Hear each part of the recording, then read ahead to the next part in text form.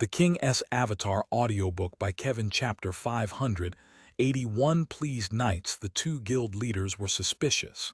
They didn't dare make any rash movements. Where was the boss? This question didn't need to be answered. Everyone was gathered around here. Who would let the boss out of their sight? It was just that because there were so many players, some of the players such as unrivaled super hottie would have their line of sight blocked by others. After this question was asked, a few players couldn't help but turn around and look in a certain direction.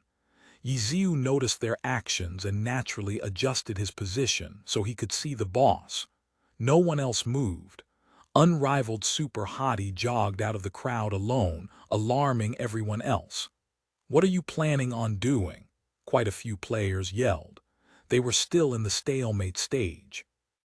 The boss needed to be fought over, but according to convention, everyone was supposed to spend some time talking to each other. Tyrannical Ambition's guild leader had just arrived, so it should be time to have some small talk with each other, but Unrivaled Super Hottie had taken away the spotlight. The small talk hadn't even finished yet, and he was already moving. What was he doing? Was he trying to take the initiative to show his power? Who held the boss's aggro was an important deciding factor in who ended up winning the boss. At this moment, a knight was moving towards the boss, causing everyone to be alarmed. The hearts of blooming blossoms and 3 realms 6 paths started to thump. They suddenly remembered that today's wild boss, Blade Master Lan Rui, had an aggressive personality, so knight skills with taunting effects were twice as effective than normal. Knights already had the advantage in grabbing aggro, even more so against Lan Rui. If the outcome of today's battle came down to aggro, knights would undoubtedly be extremely crucial. Was this why Zheng Chengfeng personally came out to help? It wasn't impossible for a pro player to occasionally come out and participate in this type of battle. For example, if the club needed a certain material from a boss, then they would send a pro player over to ensure they obtained that material. The two guild leaders immediately thought of this possibility. If that really was the case, then competing against him head-on would be hopeless. They needed to kill the pro player first in order to have a chance at victory. In a chaotic battle between hundreds of players, a pro player could be killed too. The existence of a pro player added pressure to the two guild leaders, but they didn't need to go so far as to retreat. A pro player could increase that side's chances of winning, but it didn't mean a guaranteed victory. Also, wasn't this Zheng Chengfeng too confident? Did he really think just the addition of himself would allow Tyrannical Ambition to easily swipe up Blade Master Lan Rui?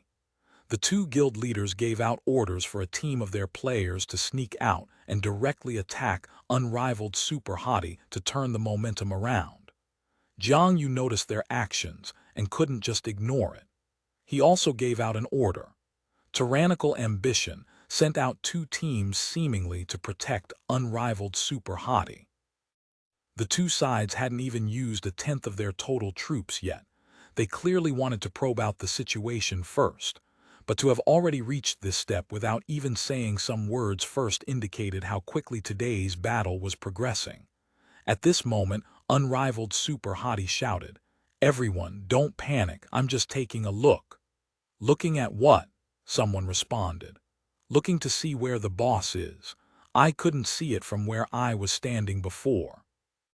Unrivaled Super Hottie told the truth. The reason was too plain and simple. The two guild leaders didn't have time to analyze it in detail and directly expressed that they didn't believe him. They immediately gave out an order. The other Tyrannical Ambition players don't matter. Unrivaled Super Hottie cannot be allowed to get close to the boss. When the order came out, the two guilds each sent out a team. They went over to the previous team that had been sent out before and firmly stood in front of Unrivaled Super Hottie, blocking his path to the boss. Seeing that a fight could start at any moment, Unrivaled Super Hottie halted and asked incredulously, "I'm not even allowed to look." "Look? How do you plan on looking?" The players blocking his path questioned him. Unrivaled Super Hottie didn't reply, but then suddenly ran to the side and rolled. Several magic spells and bullets landed on the spot where he had just been standing.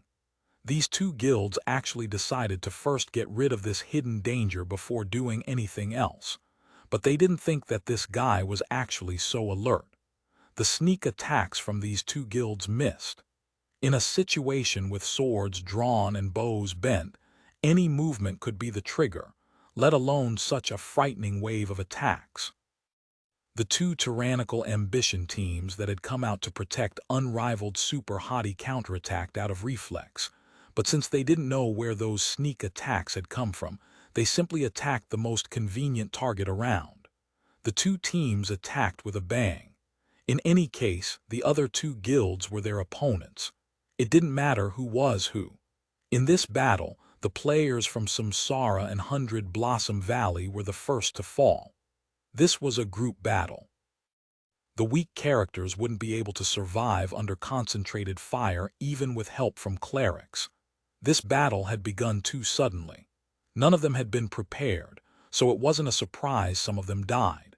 When the two guilds saw that they had lost a few players, how could they be nice anymore? They immediately returned fire, and the three sides immediately began fighting each other. These players completely reacted out of instinct. None of them had received orders from their superiors. Their minds were clear, though. A fight was a fight. They were going to fight sooner or later anyways. But the important part was not to kill off anyone's side, but to get a hold of the boss within this chaotic mess. Blooming Blossoms and 3 Realms 6 Paths immediately thought of unrivaled Super Hottie. Was he going to use this opportunity to get close to the boss? However, because of the chaos, it was difficult to find a specific person. They couldn't see where unrivaled Super Hottie had gone to, alarming the two guild leaders. This pro player couldn't be allowed to make a sneak attack. Where was unrivaled Super Hottie right now? He was just standing on the side in a daze. He really hadn't done it intentionally. Ye Xiu didn't think he made any weird moves. How did it turn out like this? He couldn't understand why. Blooming Blossoms and 3 Realms 6 Paths couldn't find unrivaled Super Hottie, so they passed down orders to find him. With so many eyes looking, unrivaled Super Hottie was quickly found. "He's over here," someone reported. "What's he doing?" the guild leaders asked anxiously. "He's doing nothing," the player replied. "What?" The minds of the two guild leaders froze. This was completely different from what they had anticipated. Did this mean the plans that they had prepared could only be tossed away now? At this moment, Ye Xiu had nothing to do, but he wasn't alone for too long. Jiang Yu came over to him. "Brother, could you secretly pull the boss over? Will that be a problem?" Jiang Yu asked. "I'll try," Ye Xiu replied. "Okay, we'll do our best to give you cover," Jiang Yu said. As a result, unrivaled Super Hottie immediately headed over to the boss's location. The players from the other two guilds had received similar orders. After all, this battle was for the boss. They had already started fighting with each other. It wouldn't be right to just let the boss stand there and watch them. The three players sent out to secretly pull the boss over met together in this way. Everyone else was surprised to see them as they saw as the three knights rushed out at practically the same time. The three knights used a charge and instantly closed the distance with the boss. Then, the three knights went into a pose together but stopped there. None of them moved. The three knights were surprised, but they understood the reason. Against Blade Master Lan Rui, Provoke would definitely work, but the effects didn't overlap. In other words, the last person to use Provoke would cover up the previous user's Provoke. Thus, in order to use Provoke to aggro the boss, the player who used it last would be the winner. The three knights were all experienced, so they were waiting for the other knights to act first. But because of this, none of them acted, so they just stood there. Ha ha! Only Ye Xiu could laugh in this comical situation. He was the first one to understand, so he made the second step the fastest. Since they were stopping each other from using Provoke, it essentially meant that Provoke couldn't be used to start the fight. Thus, It would just be better to be the first player to deal damage to the boss. Unrivaled Super Hottie stepped forward while laughing. Only then did the other two knights react. Their slower response made them very annoyed. Since it looked like they wouldn't be able to reach the boss before Unrivaled Super Hottie could do so, the only other option was to stop Unrivaled Super Hottie from getting closer. The two knights had the same thoughts, but neither of the two attacked. Ha ha! Another laugh. Unrivaled Super Hottie was the first to enter the boss's aggro range. Blade Master Lan Rui was already heading towards Unrivaled Super Hottie. Unrivaled Super Hottie's laugh made the two knights feel like crying. Why did he laugh again? Because they repeated the previous scene. Before, because they wanted to cover up the other person's provoke, none of them acted. But this time, both of them wanted to stop Unrivaled Super Hottie, but then they immediately thought, I'll let the other guy attack him while I go and take the boss. Thus, the two knights didn't move. There was nothing they could do. The two knights weren't partners but competitors. Bang! The first clash finally happened, and it was between Blade Master Lan Rui and Unrivaled Super Hottie. This sound made the hearts of many players shatter. The two knights from 100 Blossom Valley and Samsara turned in distress to look at their respective guild leaders. They failed to complete their guild leaders' orders and let Unrivaled Super Hottie take the first victory. Suddenly, a player from 100 Blossom Valley rushed out. He jumped high into the air. His equipment clearly added to his jump height. While in midair, he carried his gun in one hand, while throwing stuff out of his pockets with his other hand. In an instant, all sorts of bullets and grenades rained down from the skies. Tyrannical Ambition's guard team was completely enveloped by the airstrike. They cried out in fear and scattered, but were unable to escape from the attack's range. The noises from the gunfire and explosions linked together like a song from a symphony. In that short moment, the chain of skill effects looked like 100 flowers blossoming. This Spitfire landed on the ground as the smoke from his surroundings faded away. Only then did Tyrannical Ambition's players regain their composure. They shouted for heals but didn't receive a response. They suddenly realized, where were the clerics? Their clerics had unexpectedly disappeared. The King's Avatar, Chapter 582. Chapter 582. Under attack, all the clerics were already dead on the ground. There were 3 clerics in the team that was assisting Unrivaled Super Hottie to steal the boss. No one thought that all of them would die together after that flashy attack. Everyone had a hard time believing it. When the people who were yelling, "Heal! Heal!" looked at their own health, they realized that they had only taken a small amount of damage. These small scratches probably resulted from being accidentally grazed by some skills when they were dashing about in a panic. That airstrike had clearly been targeting the clerics, but the garish skill effects made them feel like it was the end of the world, spreading fear into the hearts of all. It was only when the panic subsided did people notice that the Spitfire was still among them. At this moment, the Spitfire stood up, fired again, and tossed out grenades. The panic immediately resumed. The flying bullets and roaring explosions created an illusion of an all-out assault. He fought his way out of the crowd effortlessly. "What are you doing? Stop embarrassing yourselves." The guild master of Tyrannical Ambition, Ye Xiu, watched the entire mess take place. Although he hadn't come over, the boss was still his top priority. Seeing his elite team being devastated by a single person, Ye Xiu yelled out right away to calm down his guild members. At the same time, his heart shook in fright over the astonishing abilities of the unexpected troublemaker. Initially, Ye Xiu didn't notice that all 3 clerics were dead. After all, he was not there amidst the chaos, so his observations weren't as thorough. With a closer look, Ye Xiu finally noticed the problem, much to his own shock. While everyone else was still wondering how all the clerics had died, as the guild master, he already realized the more immediate crisis at hand: Unrivaled Super Hottie. That's right. Truthfully speaking, 3 clerics were near enough for a knight going against a level 70 wild boss. This group was only the first team in the rotation. Jiang Yu was currently organizing people to provide further support, but who would have thought that all 3 clerics of the first team would die so fast? Could unrivaled Super Hottie endure during this period of time? Not only did he have to face the attacks of the wild boss, he also had to deal with the treachery of the other guilds. Ignoring the first team, Jiang Yu turned his view around frantically to check the situation on the front line. Meanwhile, he ordered the second team, which was still preparing, to start providing support right away. As expected, things were not going so well for unrivaled Super Hottie. Blade Master Lang Rui had already unsheathed his sword. The 2 knights from Samara and Blossom Valley turned around with both of their swords pointed at unrivaled Super Hottie instead of the boss, because unrivaled Super Hottie had secured the boss's aggro. Unrivaled Super Hottie was alone in this 3-directional siege.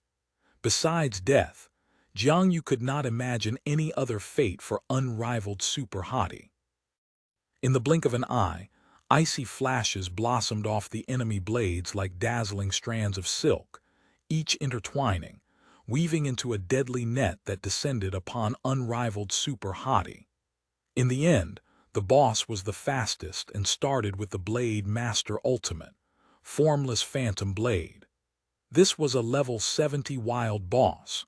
Without the help of the clerics, even the best knight would be jumping to his own death if he tried to block the skill with his shield. On top of that, unrivaled Super Hottie's equipments were far from the best. Unrivaled Super Hottie didn't try to block the boss's skill. He seemed to have already noticed the absence of the clerics. But if he wasn't going to dodge it, was it even possible to dodge an ultimate from a level 70 wild boss? The answer soon revealed itself. Unrivaled Super Hottie didn't raise his shield. Instead, he chose to run. He jumped backwards several times. Lang Rui obviously wouldn't let unrivaled Super Hottie escape so easily and gave chase at once. Huge strides made his movement much faster than that of unrivaled Super Hottie's. Just when it seemed as if unrivaled Super Hottie could not outrun this strike no matter how hard he tried, a figure rushed in front of him fearlessly in self-sacrifice. The gleaming net of metallic flash swallowed the player up instantaneously. While the white light of the strike still dancing around him, the unfortunate soul fell in a heartbeat. In his last moment, his body struggled to twist around, trying to catch a glimpse of unrivaled Super Hottie. It was Samsara's knight who fell. His death wasn't on purpose. He became unrivaled Super Hottie's shield entirely by accident. When he saw unrivaled Super Hottie in a pinch, he activated Knight's spirit and rushed in towards unrivaled Super Hottie with a charge. He never thought that unrivaled Super Hottie would have the confidence to dodge. He never even imagined that unrivaled Super Hottie could flee so quickly. By the time he had charged in front of the boss, unrivaled Super Hottie had already left his original position. When he tried to change directions again, it was already too late. The boss's blade was already upon him. In the end, he turned himself into the ultimate shield and saved unrivaled Super Hottie's life. The knight from Samsara was dead, but what about Blossom Valley's knight? He threw out a provoke at the boss with ease. To Blade Master Lang Rui, there was an extremely powerful skill, and it grabbed its aggro right away. Lang Rui swirled around with his blade pointed at Blossom Valley's knight. The Blossom Valley's teams were all well prepared, so the knight was in no hurry. He had thought about it. As of now, unrivaled Super Hottie wouldn't dare to use another provoke to nullify his provoke if he didn't want to die. He wouldn't dare seek his own death yet. Nonetheless, Lang Rui stopped abruptly on its way, charging towards the knight and turned around, rushing towards unrivaled Super Hottie. Blossom Valley's knight froze in disbelief. He turned around and found unrivaled Super Hottie, whose gesture proved that he had just used a provoke. He had used provoke. Surrounded by enemies without a single cleric, this guy actually used a provoke as if he were seeking his own demise. Fine. If you want to die, then die. The knight from Blossom Valley watched coldly, not planning on doing anything. If he became too impatient, then he would end up just like the knight from Samsara, rushing to his own death without even understanding what had taken place. Lang Rui rushed over with large strides, but unrivaled Super Hottie didn't stand his ground. Instead, he swirled around and tried to run away. However, he was stopped short in his track by none other than the Spitfire that had turned the entire first team of tyrannical ambition into a mess. Who is he? Jiang Yu roared in rage. Competing with each other for so many years, all the guild knew each other's experts. Still, no one had heard of this dazzling spring. Where did these hidden experts come from? On top of that, thinking back to his skillful feat of disrupting an entire team and killing all 3 clerics in a single move, Jiang Yu felt a shiver running down his spine. Those in the first team were all members of the elite main force of the main branch guild of tyrannical ambition. Every one of them was an unmatched expert in the game by themselves. How skillful did one have to be to trash all of them in one go? The Spitfire must be at a pro level. Since Team 100 Blossom's ace was none other than Spitfire dazzling 100 Blossom, Blossom Valley was also filled with Spitfires. However, this particular Spitfire's skill level seemed to reign over regular players considerably. Could he actually be a pro player? Blossom Valley was so determined to get this boss that they even sent out a pro player for this. Jiang Yu didn't know that just moments ago, the guild leaders of Blossom Valley and Samsara had the same doubt about unrivaled Super Hottie. In a way, this competition was very fair. Go die. The intercepting Spitfire threw out his declaration coolly. His hands moved simultaneously. The speed at which the skills were released fully demonstrated the player's incredible hand speed. Lang Rui still chased after unrivaled Super Hottie, who clearly had no time to respond. Activating Knight's Spirit, followed by a charge, he rushed straight into Dazzling Spring's attacks with his shield in front of him. Trying to avoid a frontal collision with the charge, Dazzling Spring jumped hurriedly to the side. Unexpectedly, unrivaled Super Hottie's charge twisted around after Dazzling Spring right away. Arc Charge!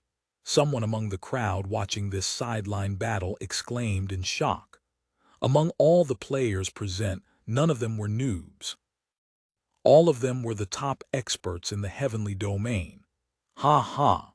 Dazzling Spring laughed as if he didn't care about the heroic charge. He had enough reasons to do so. This jump of his was not only fast, but also extremely high. The status enhancement of the equipments were being utilized to their fullest. Dazzling Spring's jump height was significantly higher compared to that of the normal players. Despite having used an arc charge with a curve of the just right angle, unrivaled Super Hottie's charge seemed to have become inevitably fruitless. Yet in that moment, his sword sung up with his shield. He somehow started to ascend. Aerial curve, someone cried out in shock. What is an aerial curve? An arc charge that didn't only move around on the ground but curved into the air. That is an aerial curve.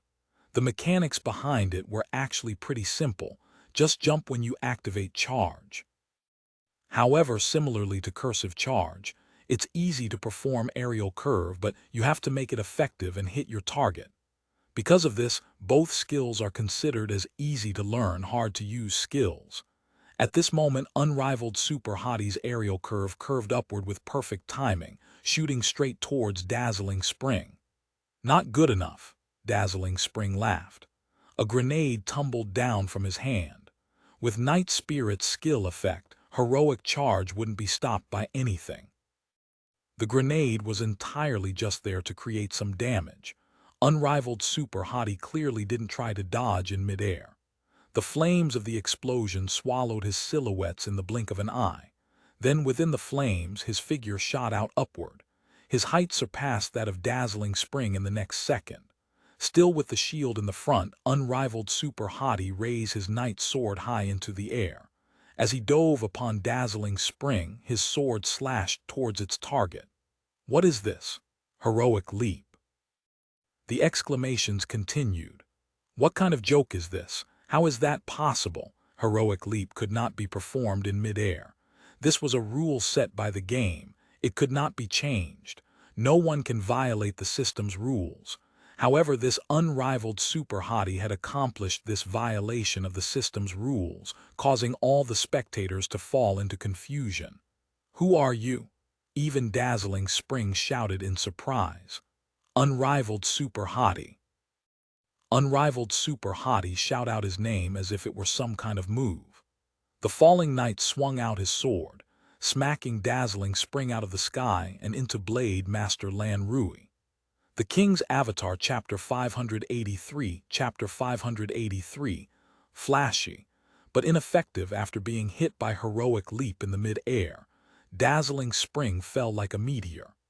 Sensing the approaching player, Blade Master Lan Rui pointed his sword and started another sword dance.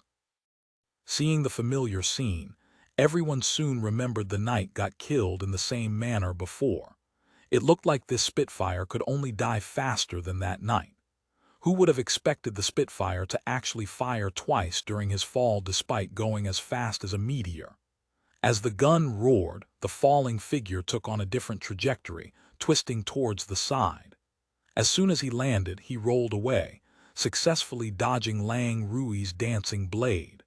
Who are these two players? All the players watching felt like going crazy. One defied the system's rules and used Heroic Leap in mid-air. The other was able to use aerial fire to dodge the boss's attack while rapidly descending. Only a perfect amount of experience, judgment, and speed would have made both feats possible. Just the slightest insufficiency in any of the three would have spelled failure. Even up until now, the audience still had no idea how unrivaled Super Hottie had accomplished that impossible heroic leap. The brilliance wasn't over yet. Dazzling Spring's aerial fire, landing and rolling linked together flawlessly, allowing him to dodge Lan Rui's flashing blade. Still, the descending shadow above his head was still locked onto him. Heroic Leap hadn't ended yet. Bam! Heroic Leap hit Dazzling Spring again. There weren't a lot of changes, but to be able to deal damage again under these circumstances was truly unbelievable for the viewers. Heroic Leap was used under Knight's Spirit. This just Heroic Leap hit Dazzling Spring as well as the boss. The special effect of this skill was to deal equal damage to its targets. There was no way to avoid it, even the boss was no exception. After being hit, Lan Rui's steps paused, unlike Dazzling Spring, who got flattened on the ground. After all, a boss is still a powerful existence. Knowing that the boss was more dangerous than Dazzling Spring, unrivaled Super Hottie rolled away immediately after landing. The boss soon got out of the stun from just Heroic Leap. Lan Rui's blade chased after unrivaled Super Hottie without a moment's delay. Expecting the attack, unrivaled Super Hottie avoided all of the strikes as Dazzling Spring cursed aloud, F on the side while scrambling away towards safety. All the players who saw it were stupefied. What an evil scheme. He could have run anywhere to avoid the boss's blow, but he just had to run in Dazzling Spring's direction so that the boss's attack would also be pointed at the Spitfire. Had Dazzling Spring not been an expert player with outstanding reaction speed and mechanics, he would have died right then, and there under Lan Rui's blade. If it were any other normal player under the same conditions, it would have been a certain death. Even though the boss's sole target was unrivaled Super Hottie, the boss's slashing sword covered a significant amount of area. If Dazzling Spring hadn't reacted fast enough, he would have been smashed to pieces on the spot. "Second tank, take over," unrivaled Super Hottie shouted. At that moment, almost half of the players had abandoned their tasks to watch the commotions on the sideline. This shout snapped tyrannical ambition's night back to reality. Blade Master Lang Rui was really close to him right now. Was this his true intention? Everyone was confused. Was unrivaled super hottie trying to lead the boss towards tyrannical Ambition's troops? Or was he trying to killing dazzling Spring indirectly? Or was he trying to kill two birds with one stone? Tyrannical Ambition's knight immediately threw out a provoke, forcing Lang Rui to turn, while making Blossom Valley's knight very sad. Blossom Valley's knight thought unrivaled super hottie was dead for sure, so he didn't rush in to fight over the boss. Who would have thought that unrivaled super hottie would be able to survive through all that? He knew that unrivaled super hottie was too busy to take on the boss, but he had forgotten that there were still people from tyrannical ambition present. Right now, the second team, which had a good number of knights and clergy and plenty of time to prepare, easily dragged the boss away. Get it back! With the knight's shout, Blossom Valley's troops rushed forward. The second, third, fourth, and fifth tank gathered around the main tank to start a war of provokes. Blossom Valley's clerics all tensed up right away. They knew soon that the battle would soon fall into chaos as the ownership of the boss's aggro becomes a total mess. That would be the hardest time for the teams, especially the clerics. Provoke, provoke, provoke. Both sides started picking fights with the others. They were provoking each other to see which side had the better skill. Meanwhile, despite being pushed around earlier, Dazzling Spring had already jumped back up and was chasing after unrivaled super hottie. Both of them had no helper now, so the battle turned into an one-on-one death match. Dazzling Spring's embarrassing state was nowhere to be seen now. His gun roared in his right hand while grenades rolled off his left, churning up a fiery storm of explosions. Under Ye Xiu's control, the knight moved nimbly in spite of its usual clumsy impression. Unrivaled super hottie dodged all of Dazzling Spring's offensives narrowly with skillful pathing, but because of the fast pace of the fight, no one was able to tell how many skills Dazzling Spring released nor how many times he had attacked. All that people could be heard were the endless roars of explosions and gunshots. In the blink of an eye, the colorful visual effects of the skills had swallowed up a large area on the map. "So flashy," someone exclaimed. "But they seem ineffective though. None of them hit." Someone followed up after noticing unrivaled super hottie's expert positioning. "Flashy, but ineffective." When this comment came out, many players paused in realization, especially the players from Blossom Valley.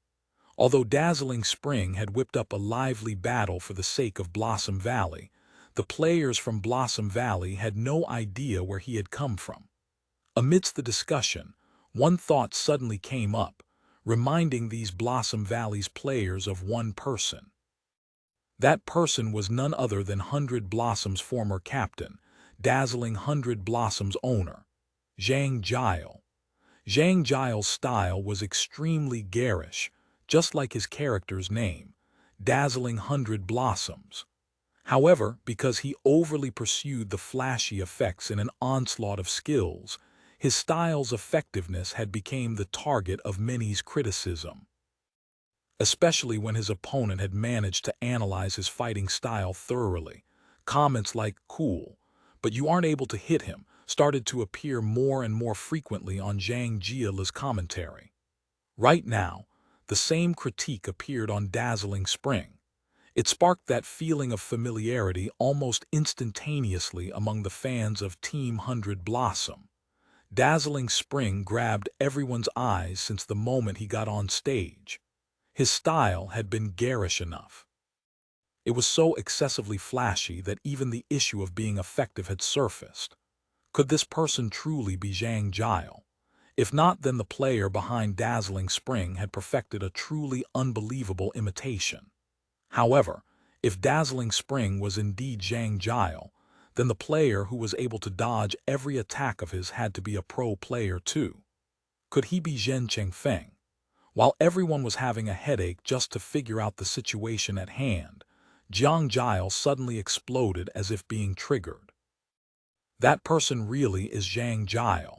The players of Blossom Valley were incomparably familiar with their team's former god and immediately came to this conclusion. Even the players from other guilds quickly had the same thought. In this instant, Dazzling Spring's hand speed rampaged freely. Knowledge, decision-making, and reaction speed could occasionally be made up for with luck, but hand speed was a rigid physical factor. It wasn't something luck could bring about. This person wasn't randomly mashing his keyboard either. His character's movements were clean and crisp like a famous star singing. No matter how fast he or she sang, each and every word could be heard clearly. Dazzling Spring gave the audience this type of feeling. All of his moves had some purpose to them. What about unrivaled Super Hottie? It looked like he could no longer dodge anymore. The brilliant array of attacks enveloped him. Was he dead or alive? No could tell. Probably dead, right? Most of the players made this guess.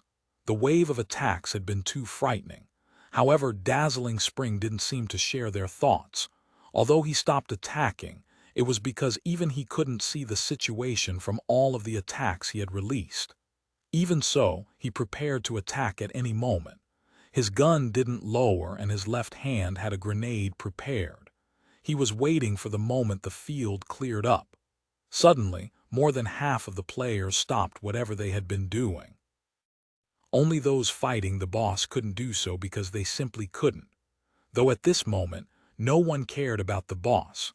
Everyone focused their attention onto the duel between these two mysterious guys. The light dispersed, and everyone saw that unrivaled Super Hottie had fallen.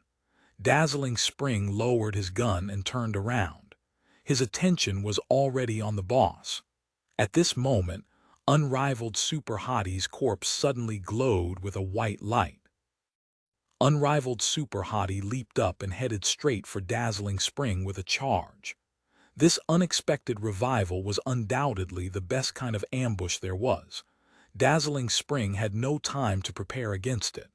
Among the shocked cries of many, unrivaled Super Hottie charged directly into him. I know picking on noobs feels good, but you don't have to look for superiority in this way, right? You're better than this. As unrivaled Super Hottie spoke, Dazzling Spring was already being sent away flying the King's Avatar, Chapter 584, Chapter 584, creating an environment even though everyone saw the scene clearly with their own eyes. Not many of them, apart from unrivaled Super Hottie's helper team, understood what exactly had happened. Unrivaled Super Hottie was obviously in a team. He had come over with tyrannical ambition. Although he wasn't officially a part of the guild, he still joined one of their teams. When Dazzling Spring's brilliant attacks engulfed him, everyone felt like he was definitely dead. At this moment, a message appeared in unrivaled Super Hottie's team. One word, revive. Next to the word were detailed coordinates of his position. With these instructions, the team's clerics cast a revive. As for unrivaled Super Hottie, he might have died, but he had sent out the message. After being revived, he didn't hurry and get back up. He lay there, acting dead, waiting for Dazzling Spring to turn around before launching a surprise attack. How despicable! The team members who knew the truth couldn't help but give this remark in private, despite their bias towards their teammate. Charge, heroic leap, shield attack, upward slash. Unrivaled Super Hottie's movements were very quick. He chained his attacks in an instant, striking down the target who had been sent up into the air by the initial charge. These moves weren't things most knights could do. Dazzling Spring wasn't worried about the damage from this combo. He had a stronger reaction towards those words. Who are you? Dazzling Spring made all sorts of guesses, but he wasn't certain about any one of them. What have you been busy with this year? Could you really have been preparing to leave just to run to the game and bully noobs? Unrivaled Super Hottie asked.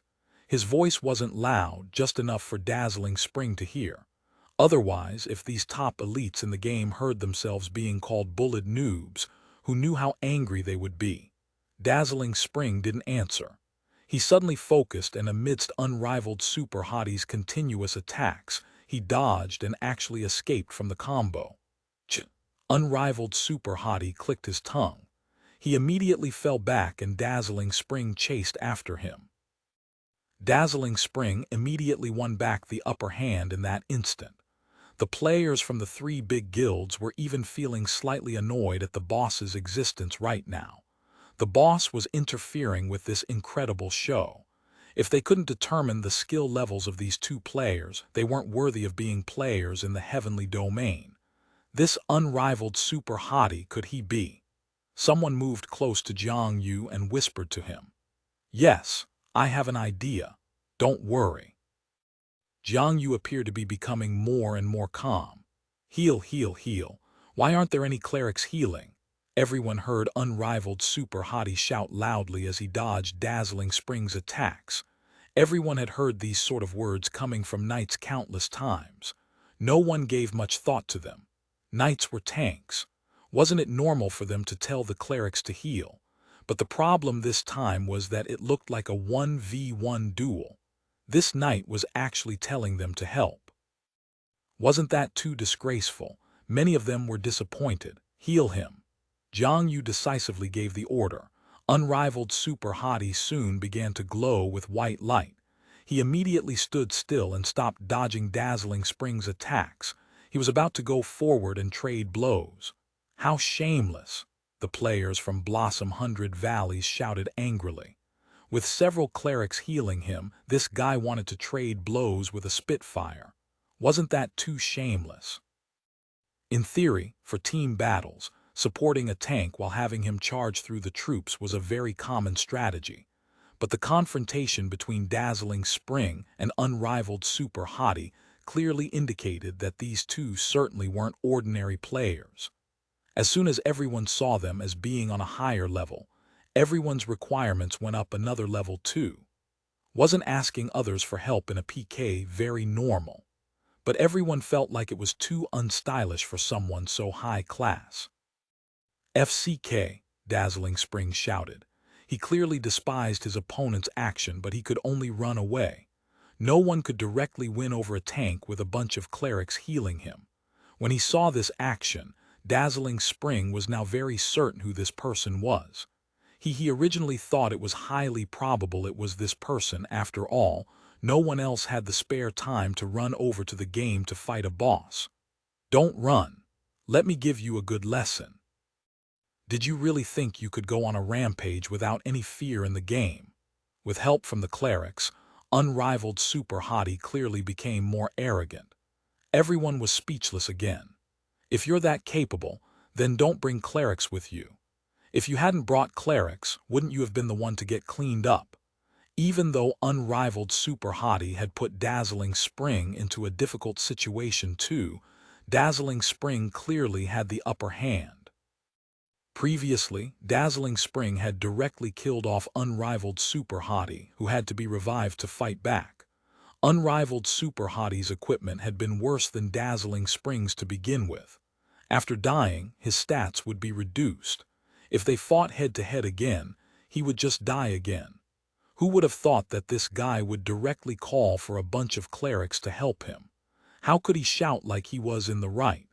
Dazzling Spring looked quite patient. With clerics helping the knight, he obviously couldn't contest him directly. At this moment, he was relying on his fast movements to circle around unrivaled Super Hottie and target the clerics helping him. Clerics, protect yourselves, unrivaled Super Hottie shouted. The clerics suddenly started to get flustered. Protect ourselves, more like you should be protecting us.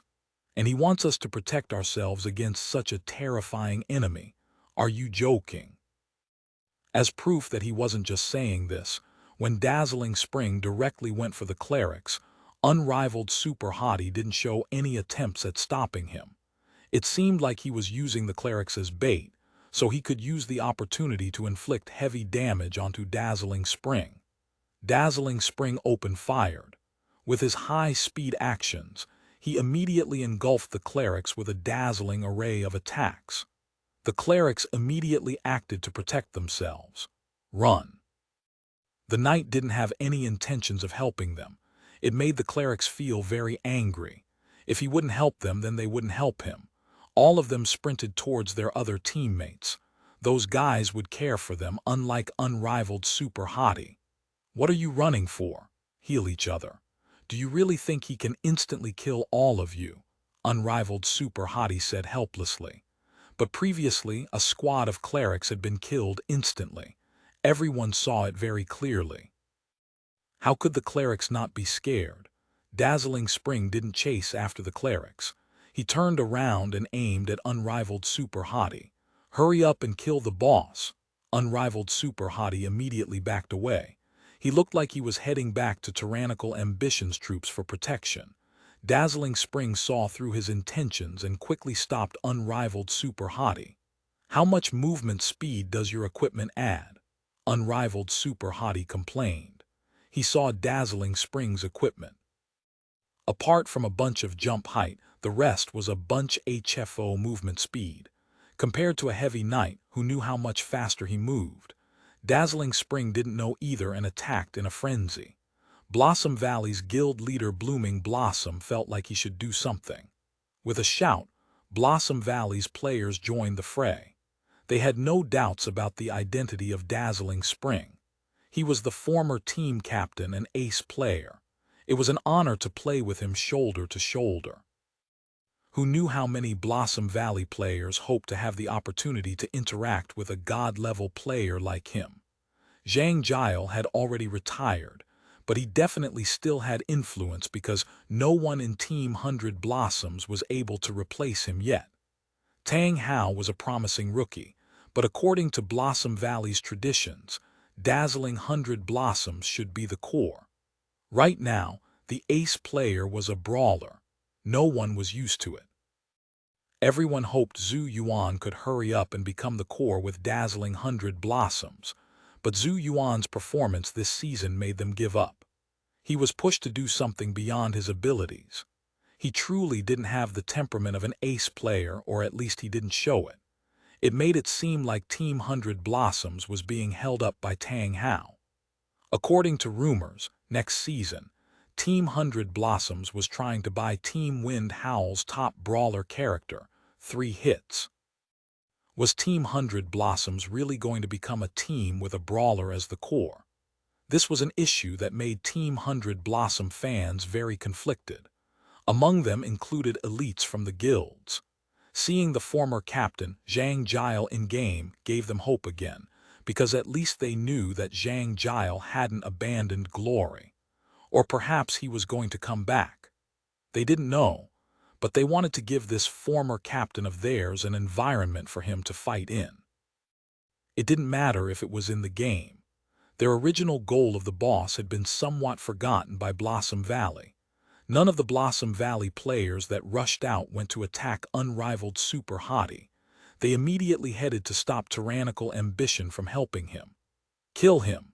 The players from Blossom Valley suddenly shouted in unison. They cheered on their captain as if they were watching a pro match. Dazzling Spring's movements clearly paused. He was clearly moved by actions from Blossom Valley. For an enemy, this pause was an opening. Unrivaled Super Hottie instantly activated Knight's spirit and rushed at him. The King's Avatar Chapter 585, Chapter 585 Starting Place. Dazzling Spring attacked with an extremely quick pace. In order to dodge these types of attacks, Unrivaled Super Hottie had to make lots of movements. This caused Chen Guo, who was beside Ye Xiu, to stare at his screen, but be unsure of what was going on. Despite this, she was still immensely excited. This was because she was the only person who could actually confirm the two's identity. Ye Xiu, that naturally goes without saying. Zhang Jiao, his flashy Spitfire's 100 Blossom style was too noticeable. Even more so, Ye Xiu quietly spoke to Dazzling Spring so that no one else besides Dazzling Spring could hear him. However, Chen Guo was next to Ye Xiu, so she could hear him speak. Chen Guo didn't need further confirmation. She had already made an accurate guess on this person's identity. Chen Guo was extremely excited. She was too busy to even look down on Ye Xiu for telling the clerics to support him so he could just tank the hits to fight. Zhang Jiao was a god. In terms of age, he had been a pro for 6 years. Right now, the Glory Pro Alliance was on its 8th competitive season, so he would be considered quite old. Within these 6 years, he participated in 3 finals, which was quite an accomplishment. Amongst all the gods in the pro scene, only Ye Xiu and Wang Jixi had similar achievements. Ye Xiu had participated in 4 finals and became the champion 3 times. Wang Jixi had participated in 3 finals and became the champion 2 times. Zhang Jiao had participated in 3 finals, but won the championship 0 times. This tragic comparison was honestly very depressing. Especially for those 3 finals, Zhang Jiao's opponents just happened to be Ye Xiu and Wang Jixi when the 3 were compared together. It only made Zhang Jiao look even more tragic. Last season, or the Pro Alliance's 7th season, Team 100 Blossoms led by Zhang Jiao lost to Team Tiny Herb led by Wang Jixi. Zhang Jiao's heart completely died. After the long holidays, he suddenly announced his retirement, completely catching Team 100 Blossoms off guard. Because Team 100 Blossoms wasn't able to prepare well enough during the summer, their performance this season fell sharply. It was only because of Team Excellent Era's downfall that Team 100 Blossoms was able to escape from criticism. Then again, Team 100 Blossoms' decline wasn't unreasonable like Team Excellent Era's. The sudden retirement of their ace player and captain resulted in the team not having anyone to take his position. Their decline wasn't a surprise with such misfortune falling upon them. However, a team that had participated in 3 finals couldn't be ordinary. Team 100 Blossom's second-year rookie Tang Hao had risen abruptly this season, but their best character and the responsibilities involved were pushed onto Zhu Yuan, which was way beyond his ability. On the other hand, Tang Hao was an outstanding player, but the brawler character in his hand wasn't good enough to be considered a trump card. In the end, Team 100 Blossom's performance was shaky. At this point in time, it would be natural for a person to think, if Zhang Jiao and his dazzling 100 Blossoms were still playing, along with the aid of the rising Tang Hao, Team 100 Blossoms would undoubtedly be a power to be reckoned with this season. Harsh critics would say Zhang Jiao was worthy of being called the #1 unlucky god. He couldn't take it anymore and retired after suffering through so many years, but then an outstanding helper immediately popped up in the team. Originally, he could have had another chance to win the championships, but the chance was missed just like that. But the majority of the people were lenient and felt sorry for Zhang Jiao. 100 Dazzling Blossom's performance during last season's final was still as splendid as in the past. Zhang Jiao hadn't aged to the point where he needed to retire yet. It was just that he was unable to get any return from all of his struggling for so many years. Although he wasn't old, his heart had been grinded by time. His heart had given up. His sudden announcement of his retirement felt a little bit irresponsible and impulsive. Topics related to Zhang Jiao continued for the whole competition season. Even if Team 100 Blossoms had the upcoming Tang Hao, it couldn't stop the fans' reminiscence of Zhang Jiao. Some people suggested that in the All-Star Weekend's Rookie Challenge, Tang Hao's prideful junior succeeds the senior might have been because Team 100 Blossoms constantly talked about their retired team leader, which irritated him and caused him to want to rise like the devil. If one thought about this more carefully, the explanation would feel a bit far-fetched, but it was truly hard to say why Tang Hao issued the challenge. A god had just risen in the team, but the only thing people talked about was the previous leader. What could he be feeling in his heart? Tao Hao was only a god because of his skills. In terms of age, he was only a second-year rookie. He was turning 18 this year, an age where it's easy to be proud. How could anyone expect such a youth to be mature and reserved? Everything that had happened to Team 100 Blossoms this season could be attributed to Zhang Jiao's retirement. His leave was straightforward, but was he truly willing in his heart? If there really was another chance, would he return again? With the rise of Tang Hao this season, many Team 100 Blossom fans wanted Zhang Jiao to come back. But now, in the online game, Zhang Jiao's Spitfire had appeared. Combined with the encounter with Wei Chen from before, Chen Guo immediately became excited. Chen Guo was obviously a bit uneasy about their future new team, but another powerful god had come. How could Chen Guo stop herself from being excited? She hoped to see a repeat performance of Wei Chen's encounter. Did you become a spy in tyrannical ambition for this to happen? Chen Guo was so enthusiastic that her voice was shaking. For what to happen? But Ye Xiu was puzzled. Him, Zhang Jiao. Chen Guo pointed towards dazzling spring on Ye Xiu's screen. Chen Guo felt dizzy seeing a fight between two gods from a first-person point of view. I became a spy in tyrannical ambition to find Zhang Jiao. Could you please analyze how that makes any logical sense? Ye Xiu spoke helplessly. It's not, Chen Guo asked with uncertainty. Of course not, this is a pure coincidence. If I knew he were here, wouldn't I be seeking death by coming in my current condition? Ye Xiu spoke.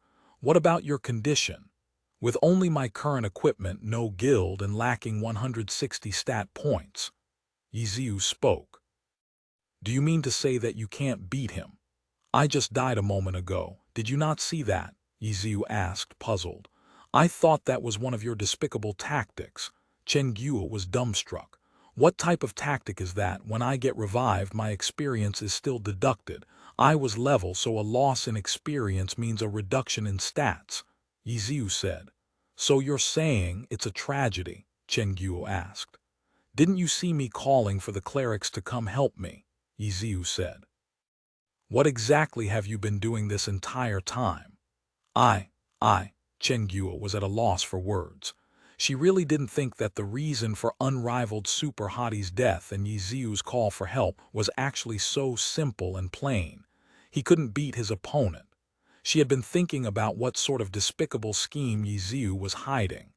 The truth rendered her speechless. He died because he couldn't beat his opponent. He called for help because he couldn't beat his opponent. FCK, those actions were so logical. But Chen Guo didn't even spend a second to think about the possibility of this happening to Ye Xiu and regarded it as illogical. Chen Guo was still in a daze when Ye Xiu shouted again, Is anyone going to come help me? Now Chen Guo finally understood. This was no scheme, nor was it a trap. It was because he really couldn't beat the opponent that he had to ask for help. Even though Ye Xiu managed to take advantage of the opening, while Zhang Jiao was in a daze and attacked a few times, but just like what Ye Xiu had told Chen Guo, his characters was too weak. Even though the equipment was provided by Jiang Yu, it was only bit better than his previous outdated equipment. It was nowhere near Dazzling Spring's equipment. Nowhere near didn't just mean the stats. For unrivaled Super Hottie, it was a set of equipment casually provided by Jiang Yu. But for Dazzling Spring, it was obviously matched and designed meticulously by Zhang Jiao according to his own habits and style. It could be likened to a scuffle between two people. One fellow would be improvising with a randomly picked up brick, while the other fellow would be using a weapon he was familiar with. Secondly, there was the 160 stat point gap. Unrivaled Super Hottie didn't have it because he didn't have a guild. On the other hand, Dazzling Spring was with Blossom Valley. These two disadvantages were already enough to be a deciding factor. Ye Xiu's current opponent wasn't any random player from the heavenly domain, in which case he could suppress through skill alone. This was a god who was on the same level as Ye Xiu. His achievements were only a bit less than Ye Xiu's. Let alone normal players, even Wei Chen wouldn't be able to compete with Zhang Jiao right now. Ye Xiu was able to take advantage of the small opening, but he could gain a slight advantage for a bit. Without any alarm, Zhang Jiao relied on his two advantages to easily reverse the situation. Thus, Ye Xiu had to call for help. However, the players from Blossom Valley wouldn't give him the opportunity.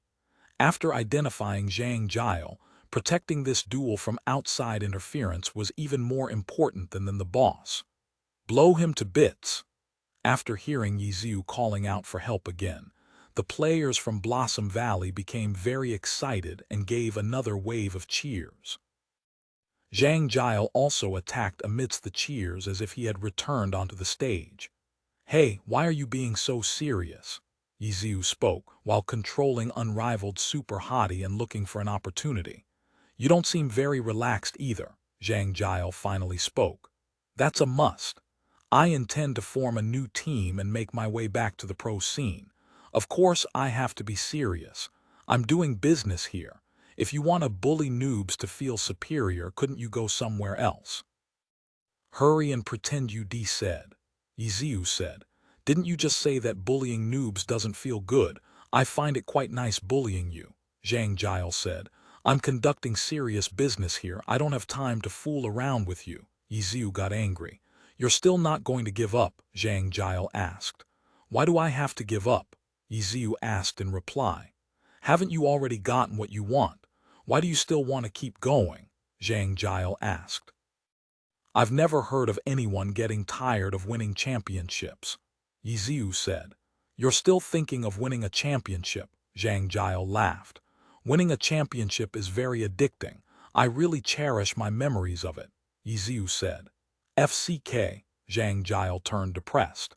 Ye Xiu clearly knew of his circumstances, yet this fellow was still discussing the feeling of winning a championship. He was sprinkling salt onto his wound. "I don't feel like I need to retire yet. As long as there's a chance, I will never back out, even if it's just for one more day." Ye Xiu spoke. "Big bro, you're also in retirement right now, okay?" Zhang Jiao said. "Struggling isn't limited to just the pro scene. This here is still glory. This is our true starting point." The King's Avatar Chapter 586 Chapter 586 Provoke Relay. The two gods didn't stop moving their hands when they spoke to each other. Unrivaled super hottie and dazzling spring spun around each other, fighting back and forth. Occasionally, unrivaled super hottie would shout out clerics, reducing the quality of the match. "Charge over and help."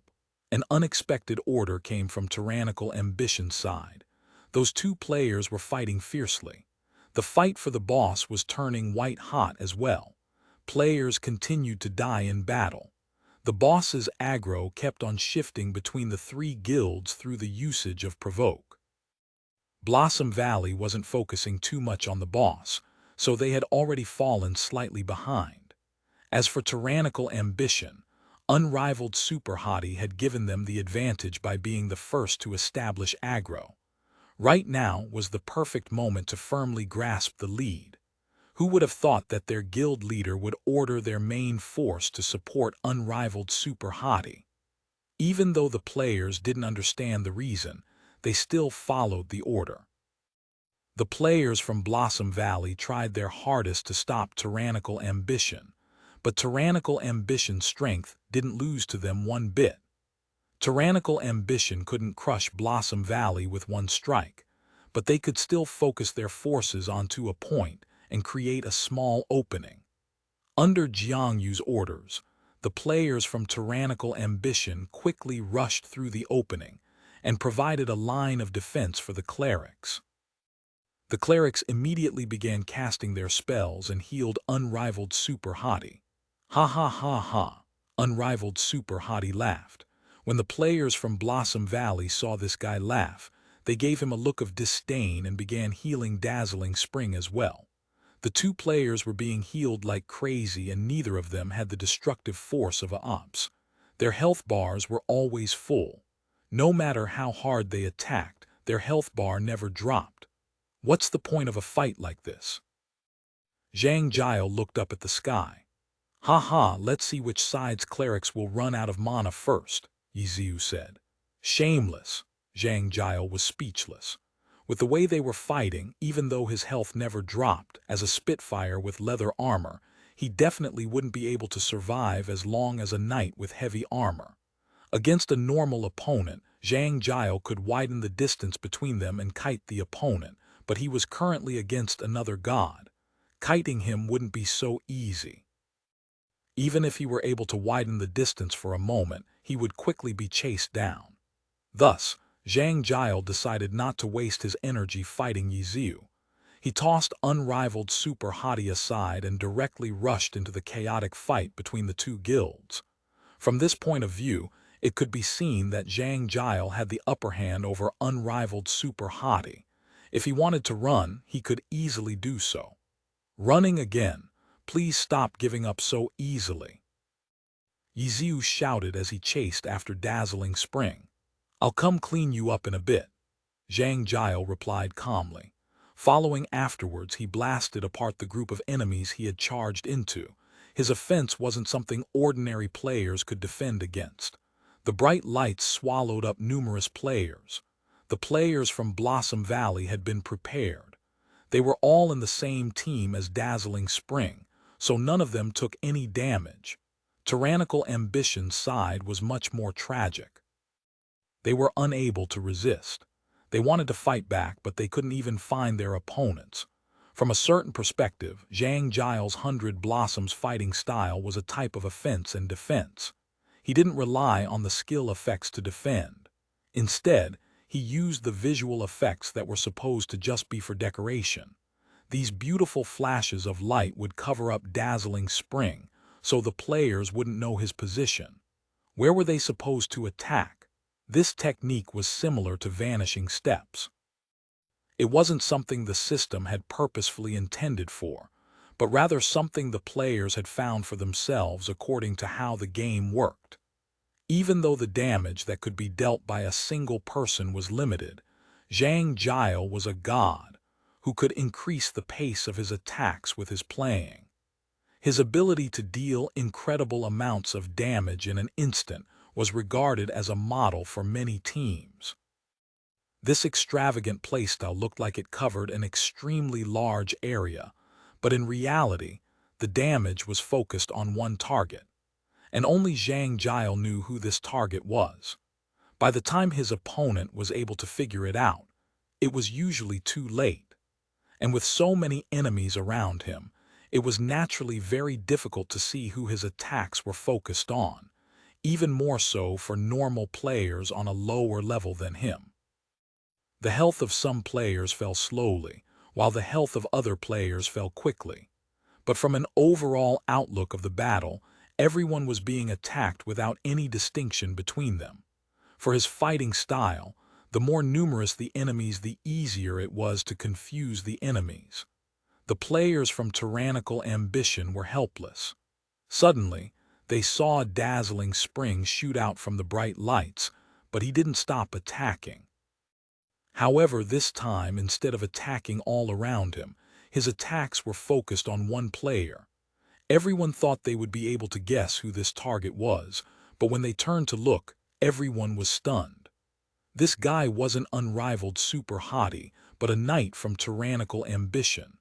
This guy didn't have any sort of conflict with Dazzling Spring, but right now, he had become Dazzling Spring's target. Ha ha, not bad.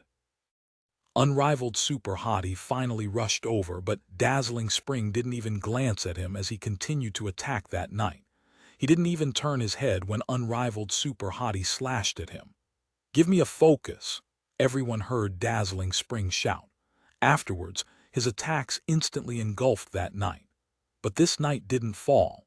The clerics supporting him had been prepared and had started healing him a while ago.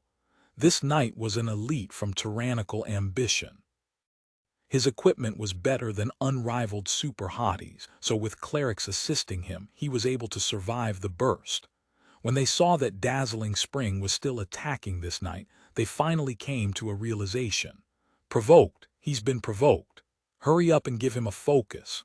Blossom Valley finally realized as well, but they were too late. Unrivaled Super Hottie shouted next, and another knight from far away used Provoke. Dazzling Spring turned around and ran over to that side. Blossom Valley's clerics wanted to cast a focus to dispel the provoke, but after the provoke had been relayed, they were no longer in reach. In order to get closer, they would need to ask if tyrannical ambition would kindly move aside. "Hurry over!" This time, the players from Blossom Valley shouted these words. Except this time, the situation was completely different. Last time, unrivaled Super Hottie and Dazzling Spring had been in a harmonious 1v1 environment. Even though both of them had been within Blossom Valley's troops, no one else was attacking unrivaled Super Hottie besides Dazzling Spring. But this time, Dazzling Spring had been provoked into tyrannical ambition's troops, but he didn't receive the same treatment. As soon as Dazzling Spring fell into the enemy's hands, Ye Xiu shouted without any shame, "Kill him! What are you waiting for?" The players from tyrannical ambition all attacked Dazzling Spring. How much health could a Spitfire have? In addition, after being provoked, his movements were limited and didn't really have any way to dodge the barrage of attacks. In the end, he could only survive a bit longer than a normal player before dying. Okay, he's dead now. Stop charging towards him and hurry up and kill the boss."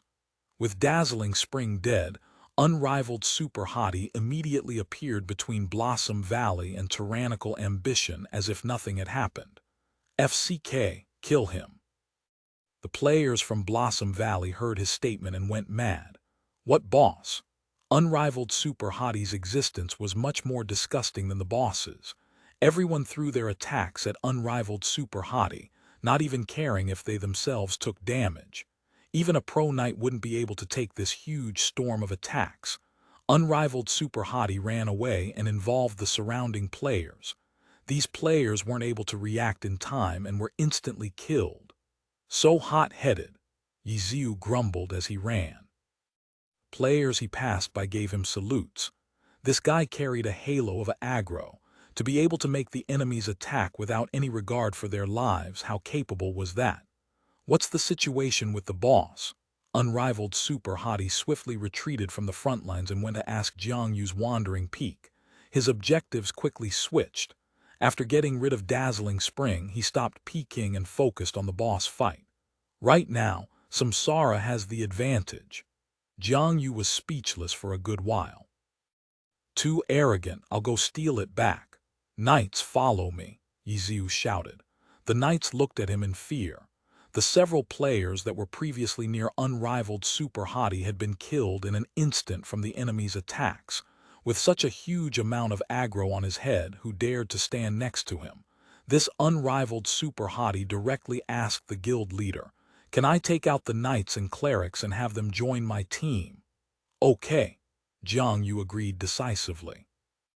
He immediately reorganized the teams by putting all of the clerics and knights in one team.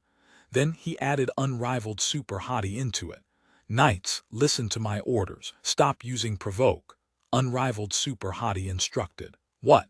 Wait for everyone's provoke to come off cooldown and then wait for my order. We'll directly take the boss away in one swoop," unrivaled Super Hottie explained. How is that going to work? No one believed him. The knights from the other guilds weren't dead. If we act, the enemies will do the same. It'll just be a stalemate again. That's why I said wait for my order. Unrivaled Super Hottie said arrogantly. The King's Avatar, Chapter 587. Chapter 587. Honest Maelstrom counterattack in unrivaled Super Hottie's team. Besides knights, there were only clerics. These knights were the same class as unrivaled Super Hottie. They were used to being treated as respected uncles. Now, another knight had suddenly taken command. None of them felt good about it. As for the clerics, they were close partners with the tanks. In a situation where they were wearing the same pair of pants, they weren't happy with unrivaled Super Hottie suddenly ordering them about either. But there was nothing they could do. The experienced Jiang Yu had anticipated their emotions and said a few words to them. These elites weren't playing the game full-time, but they were still playing the game part-time. Whenever they did something, they couldn't just do as they pleased. Now that their guild leader had given them an order, even if they weren't willing, they still had to listen. "Knights, retreat," unrivaled super hottie instructed, and the knights at the front line withdrew. "Clerics, heal me." After the knights fell back, unrivaled super hottie gave another order and rushed forward directly into the enemy ranks. After activating Knight's spirit, he immediately used sacrificial roar.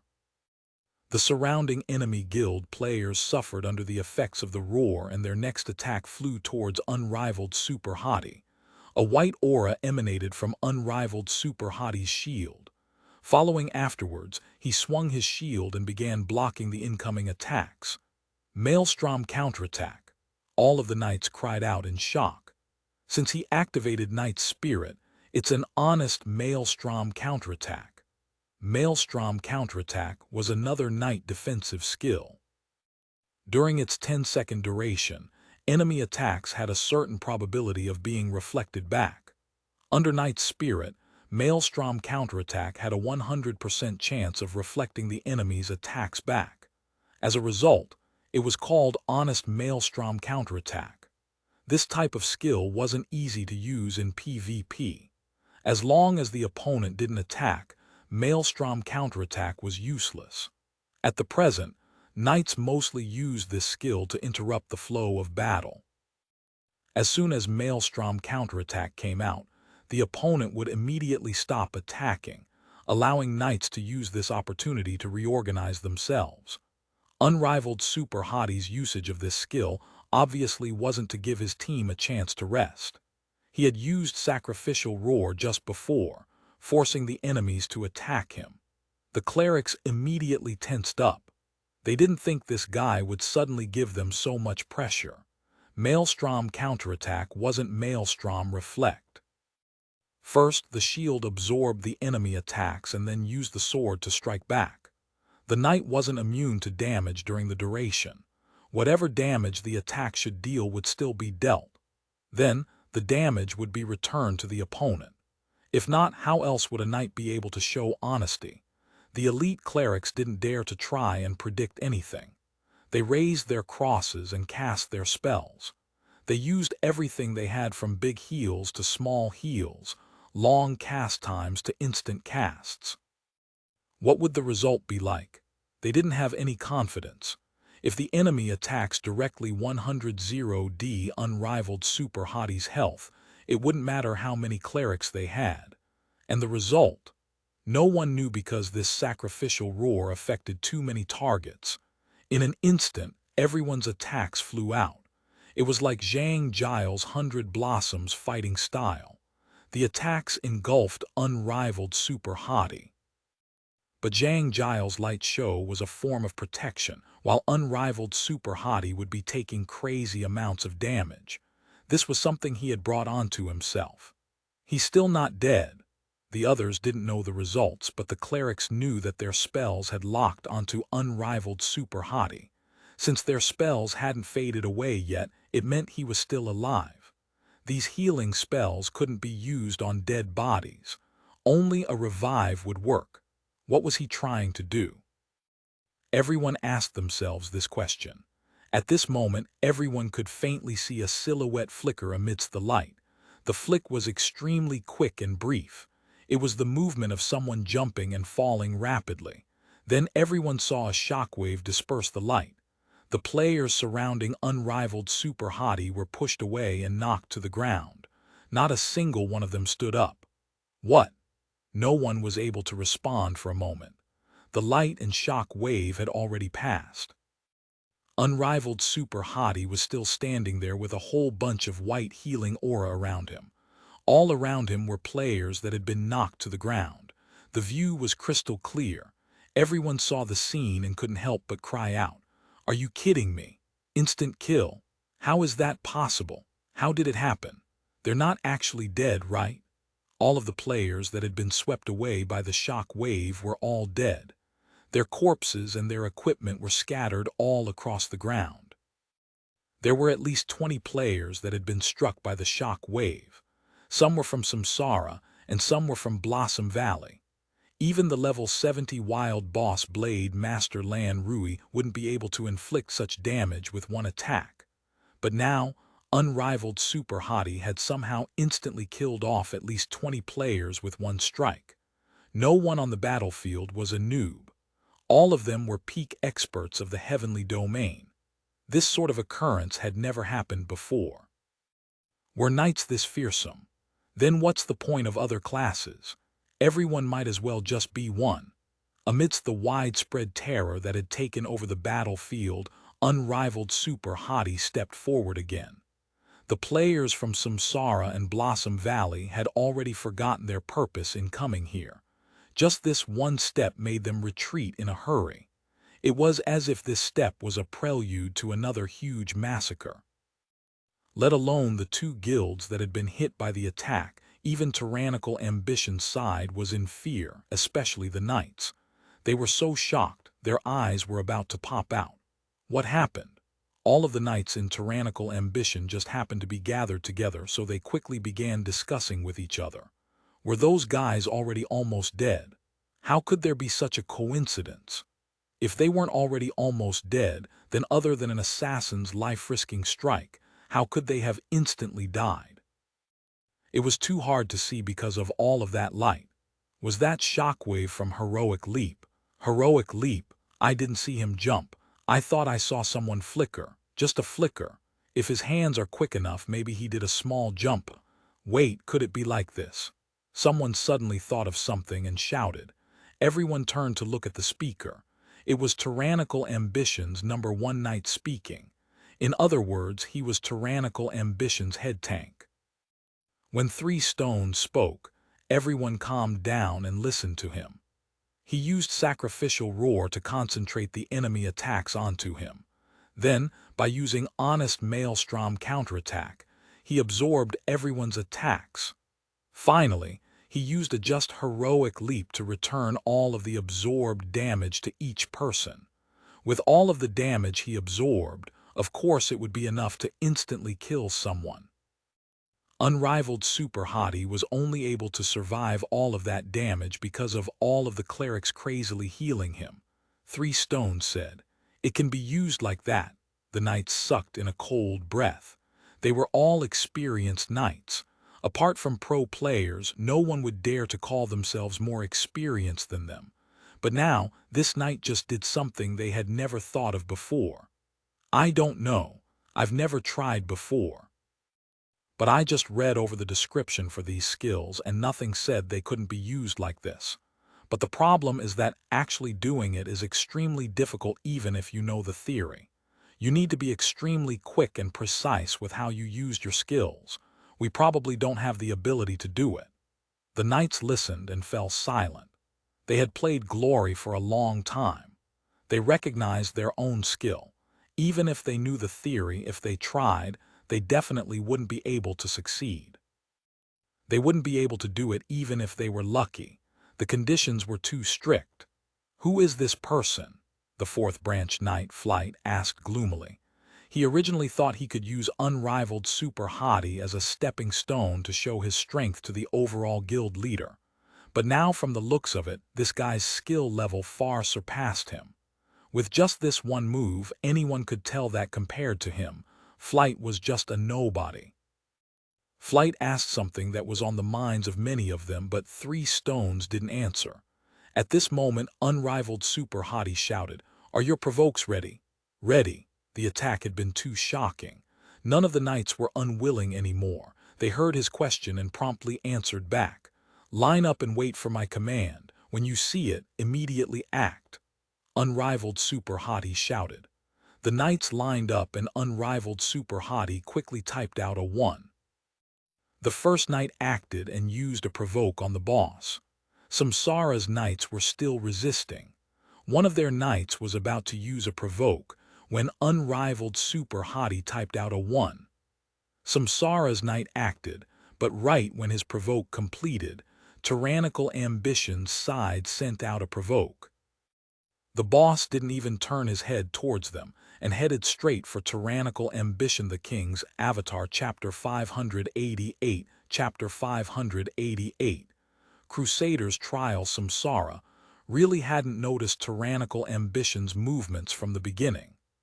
When Samsara's knight used his provoke, the boss had shifted its aggro to him, but had almost instantaneously been pulled back by tyrannical ambition's knight. Under Ye Xiu's command, as long as the knights from tyrannical ambition acted promptly, provoke would be timed perfectly. Thus, in the eyes of Samsara's players and even tyrannical ambition's own players, nothing seemed to have happened to the boss. It was still facing whatever direction it had been facing before. What's going on? The players from tyrannical ambition didn't understand what was going on, but they weren't worried. However, the players from Samsara were panicking. The boss was heading over to their enemies. The knight that had used provoke was puzzled too. His skill went on cooldown, but why was there no effect? Blade Master Lan Rui definitely didn't have any resistance towards it. It might be able to resist other skills, but definitely not provoke. This was one of the boss's characteristics. Against provoke, the boss had absolutely no way of controlling himself. As a result, Samsara's knight just thought he had messed up. He didn't know how he messed up though, so he felt very ashamed. He immediately called for another knight to come over. Ye Xiu saw everything, and when he saw the enemy knight act, he immediately gave another order. The next tyrannical ambition knight was completely focused. As soon as he saw the order, he immediately used the skill. Thus, Blade Master Lan Rui continued to have no reaction to the enemy's provokes.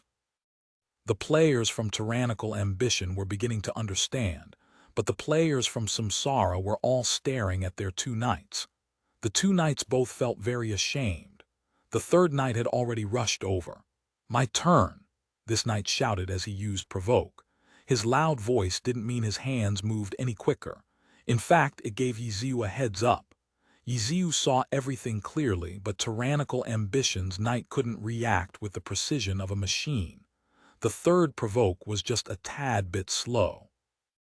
As a result, this time, the players from Samsara finally saw Blade Master Lan Rui turn its head. The third knight was already smiling to show his triumph, but Blade Master Lan Rui only turned its head slightly before turning back. The boss continued to head away. Everyone from Samsara became petrified. They finally realized it. When the fourth knight came out, someone paid attention to tyrannical ambition's movements and discovered that tyrannical ambition's knight practically acted at the same time as their own knight. There was almost no difference in timing between them, but when the skill effects came through, the boss would always continue moving towards tyrannical ambition. If the boss moved any further, it would be too late. Samsara was alarmed. Tyrannical ambition wanted to directly pull the boss into their troops. That way, unless they massacred tyrannical ambition, it would be extremely difficult to regain the aggro. Right now, they couldn't even consider whether or not it was possible to massacre tyrannical ambition. Even if they succeeded, they would certainly take heavy casualties. By then, whether or not they would have the manpower to deal with the level 70 wild boss would be a huge issue. "Hurry, everyone forward, we have to get it back." Samsara's guild leader, 3 Realms 6 Paths, was starting to panic. Before, tyrannical ambition and Blossom Valley had been in a fierce conflict, so Samsara had been able to take the advantage in the boss fight. But now that the conflict had ended, tyrannical ambition had returned and taken away the boss. Even though the shock from unrivaled Super Hottie instantly killing several players wasn't small, he wasn't willing to retreat. 3 Realms 6 Paths gave an order and personally led the charge to try to raise the morale of his troops. But right when he shouted, a shadow suddenly appeared beside him. 3 Realms 6 Paths heard his subordinates warning him to be careful. He had only been paying attention to leading everyone and hadn't paid attention to his own safety. He hastily tried to dodge, but it was already too late. He was struck directly by a charge and sent flying. When he turned his head to look, he saw that it was tyrannical ambition's unrivaled Super Hottie. For a moment, Three Realms Six Paths thought he was going to die, but he relaxed after seeing his health. He looked out and saw his players rushing forward like crazy. The knights moved up together. 5 of them had lined up and started competing with the enemies. The 5 knights provoked one after the other, but Blade Master Lan Rui only turned its head twice. Its feet never stopped walking towards tyrannical ambition's troops. The more it walked, the deeper it went until finally, Samsara couldn't see it anymore. FCK, the players from Samsara cursed. It was so ridiculous. Because they knew about this boss's characteristics, the 3 guilds had brought more knights with them. They had predicted it would turn into a provoke war, but they never would have thought that it would become so one-sided so easily. It was like a small child playing tug of war against 10 big men. The other side easily pulled the rope without any resistance. As for trying to make more space, unrivaled Super Hottie led a few troops to block them. This guy was unbelievably arrogant and charged in alone like he was Zhao Yun. The players from Samsara were scared, though. This guy had instantly killed 20 or so players, who wouldn't be afraid of him. Everyone ran away as fast as they could from unrivaled Super Hottie. With such fear in their hearts, it didn't matter what formation they took. None of them could stand their ground. On the other hand, tyrannical ambition had charged into them and caused chaos. Once unrivaled Super Hottie did enough here, he turned his head and ran towards Blossom Valley. He charged forward alone, but behind him were a bunch of clerics. Everyone understood the situation now. This guy was running around alone so bravely because of all of the clerics who were healing him. But even if they knew, what could they do? Did anyone dare to face him? No one in Samsara dared to, but Blossom Valley was different. The players from Blossom Valley had already gone crazy. They wanted to take revenge on unrivaled Super Hottie, the boss. Not important. This guy had killed their god. Even though he hadn't done it personally, it had clearly been orchestrated by him. Dazzling Spring had been forced deep into tyrannical ambition's troops through use of provoke. No matter how much of a god he was, he wouldn't be able to survive under such heavy fire. The players from Blossom Valley pounced towards tyrannical ambition. 1 was to take revenge. 2 was to rescue their god. It didn't matter if they died, they could revive. Their momentum was astonishing and they completely ignored the boss. The players from tyrannical ambition were having trouble defending.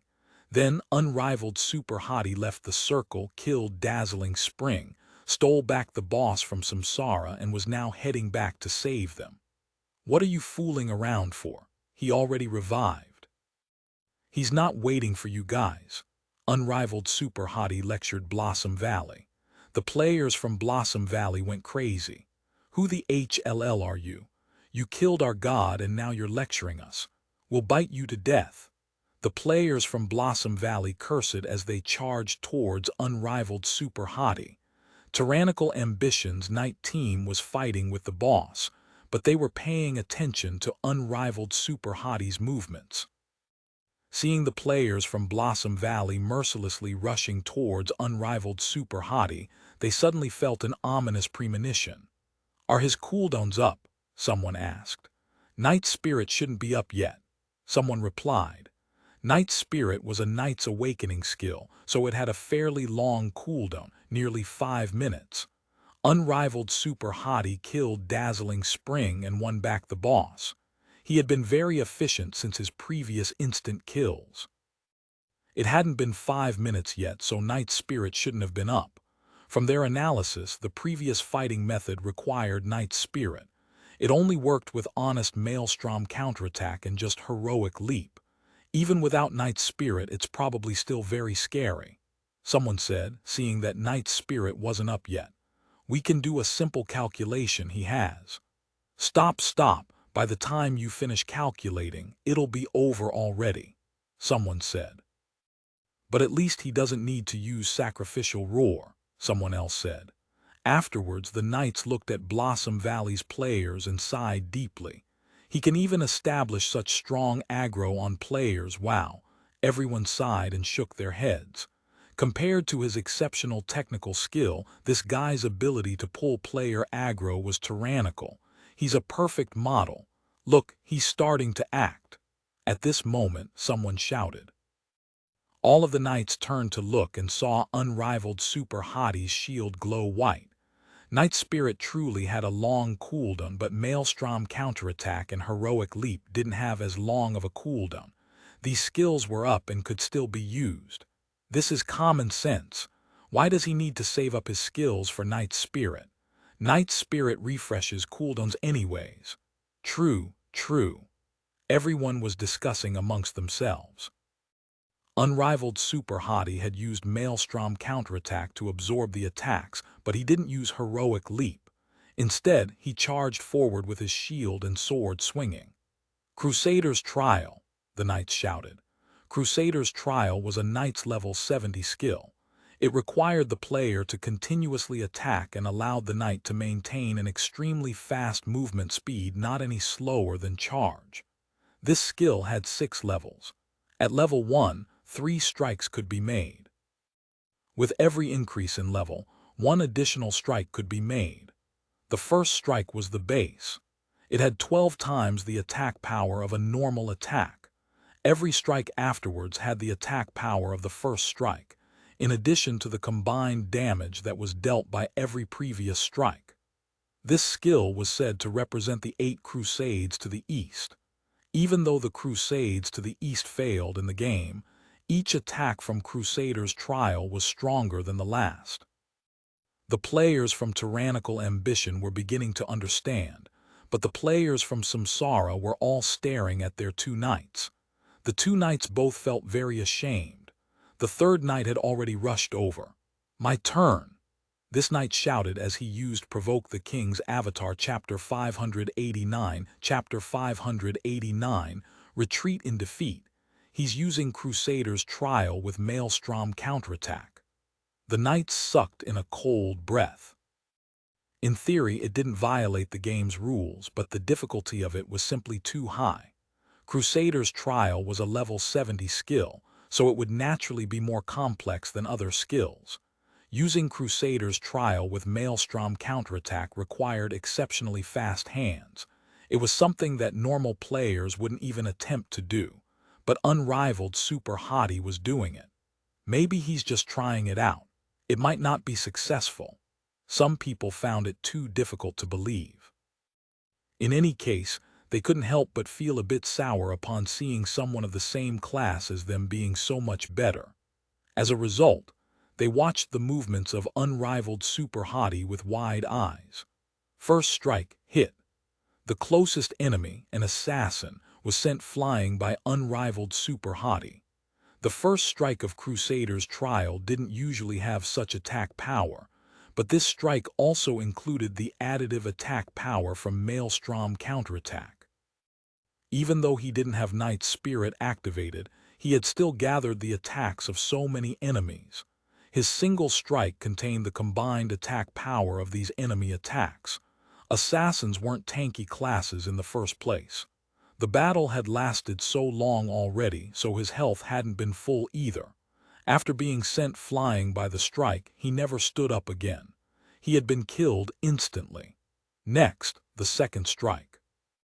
Crusader's Trial was a skill with terrifying attack power to begin with, but the attack had to hit the opponent in order to deal damage.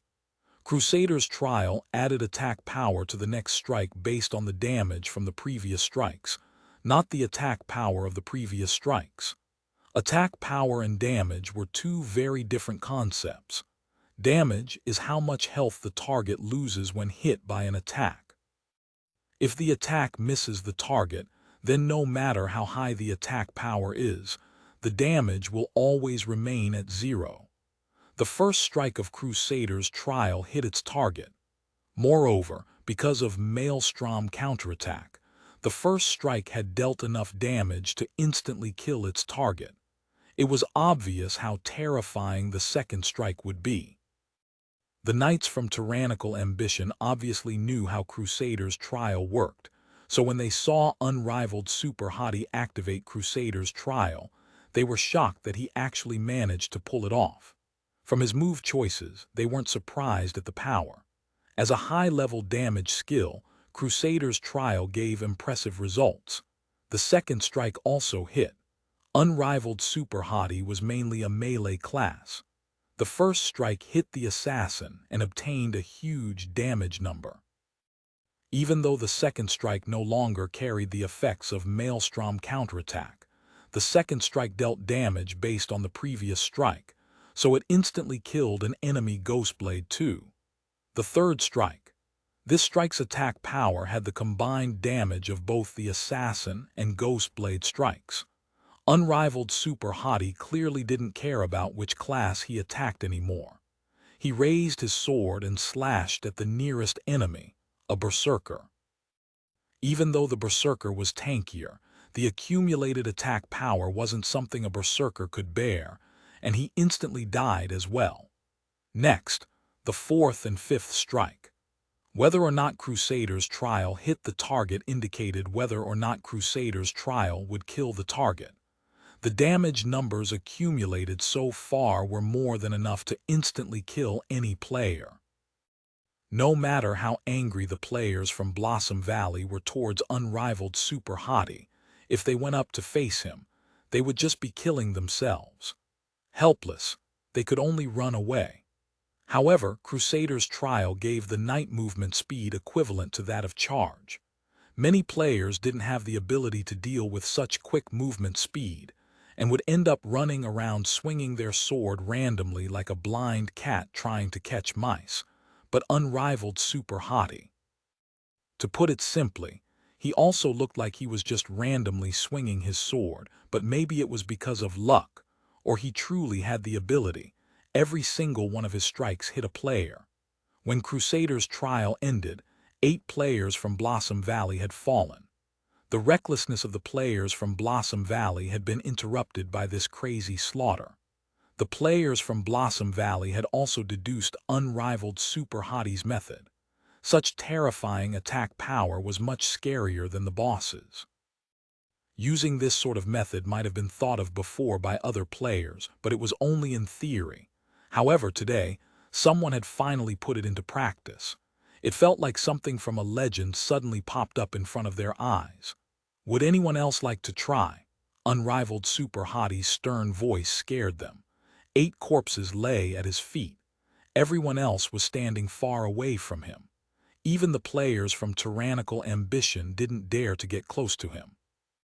But it was a bit awkward to just stand there looking at him. The players from Blossom Valley were hoping their god would suddenly descend from their skies and crush this demon, but when they took a closer look, Dazzling Spring's corpse had disappeared. Dazzling Spring had clearly chosen to revive back at the city. The players from Blossom Valley checked their team list and confirmed that he was gone. When a character died and revived at the city, the character would automatically be kicked out of the team. He already left. They weren't surprised. After all, he wasn't a normal person but a god. Dead on the ground and waiting for someone to revive him wasn't something that would happen. Dazzling Spring.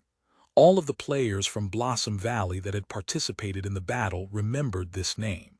It was just that they didn't know if this character was really Zhang Giles or if he had borrowed an account to play around with. When this person joined Blossom Valley, who added him, how he joined. Blossom Valley's guild leader Blooming Blossom asked the members in charge of management. None of them knew. He tried added Dazzling Spring as a friend, but the other side had disabled the option. If this player was a normal player, Blooming Blossom would ask everyone in the guild chat, but because this player was their respected god, he didn't dare to be rash. Guild leader, we should... Someone from Blossom Valley asked his guild leader. We're leaving, Blooming Blossom said. Everyone else was thinking the same thing. After finding out God Zhang Giles had been playing with them, no one in Blossom Valley wanted to fight the boss anymore. Plus, there was still that demon, who they might not even be able to subdue. It would be better to just go back and see if they could find a chance to pay their respects to their god. Maybe they could ask for some magic treasures and use those to vanquish the demon. Wasn't that how fantasy novels like Journey to the West and Investiture of the Gods played out? The players from Blossom Valley began to leave. Obviously, no one would stop them. Their goal was the boss, not PvP. Seeing Blossom Valley leave, if they weren't busy at the moment, they would probably express their thanks. With Blossom Valley gone, unrivaled Super Hottie could go and focus on taking care of Samsara. Samsara had experienced instant deaths. They were happy to see unrivaled Super Hottie going over to Blossom Valley's side, but now Blossom Valley ran away with their butts bare. Unrivaled Super Hottie didn't stop for a rest and immediately headed for them. Samsara's players were suddenly scared. Everyone asked their guild leader for instructions. Three Realms 6 Paths saw this scene. Their morale was already extremely low. In addition, the other side had an incredible expert. Even without this expert, with Blossom Valley gone, it would be a one-on-one fight against tyrannical ambition. The boss had been taken away by tyrannical ambition already, and taking the boss back starting from a disadvantageous position would be extremely difficult. Three Realms 6 Paths had no other choice. He sighed and ordered, "We're leaving too." Samsara also left. No one would stop them. With Samsara gone, only tyrannical ambition was left. Quite a few of them were excited about winning over the boss. Jiang Yu was extremely nervous, though. He typed out a string of private messages to his trusted aides. With no one interfering, tyrannical ambition could easily take the boss. It was just a matter of time. However, against just a single boss, all of these players were somewhat excessive. Many of them weren't able to find a spot to attack the boss. They could only wander around. The players that Jiang Yu contacted were among these wanderers. Nothing, nothing, nothing. One message after the other returned to Jiang Yu. "Don't be careless." Jiang Yu replied in a serious tone. Everyone was puzzled. The guild leader wanted them to pay attention to any ambushes or suspicious players. Everyone had gone in a large circle. Everything was extremely quiet. There weren't any passers-by, spectators, or scrap pickers. There was nothing around. But since the guild leader cared, they had to care too. They had walked in a big circle clockwise. Now they were going back counterclockwise. When they came back, the boss was pretty much finished, and they really didn't find anything strange. Jiang Yu was unable to get over it. Was there really no scheme? Impossible. It was impossible. That guy couldn't have just come over to help us, right? He's got to be scheming something. Since they were fighting against a wild boss, he must be going for the materials, right? But the boss fight was going very steadily. The only way to mess with it was to disband the team. However, only the team leader could do it. Everything seemed absolutely safe, but the safer it was, the more uneasy Jiang Yu became because he felt like he was missing something. "Guild leader, it's about to fall," a report came at this moment. "Okay," Jiang Yu replied. His character moved forward. At the same time, he joined in with the team in charge of aggro control. The team leader position was transferred over to him. This was something that they often did. If the guild leader was leading the team, then he should be in the correct position. Jiang Yu's wandering peak walked towards the boss, but he didn't look at the boss. He focused his attention on unrivaled Super Hottie. As for unrivaled Super Hottie, the situation was already stable, so he was just idling around. "The boss is dead," the players cheered, but Jiang Yu's heart had leaped up into his throat. At this moment, unrivaled Super Hottie had stopped moving. The King's Avatar. Thank you for listening to the story on KevinAudio.com, Chapter 590. Chapter 590. The hidden agenda. Unrivaled Super Hottie had stopped moving. So scary. It must be some sort of scheme. "Everyone be careful," Jiang Yu shouted out in reflex. The players from tyrannical ambition tensed up. Being veterans, they didn't question the order and became fully alert instead, surveying their surroundings. There was nothing around them. The tyrannical ambition players discovered nothing. Jiang Yu himself didn't see anything going on either. The only thing he noticed was that unrivaled Super Hottie had suddenly stopped moving. He thought this was abnormal, so he panicked. The players were on guard, but they didn't see anything dangerous. Everyone was somewhat puzzled.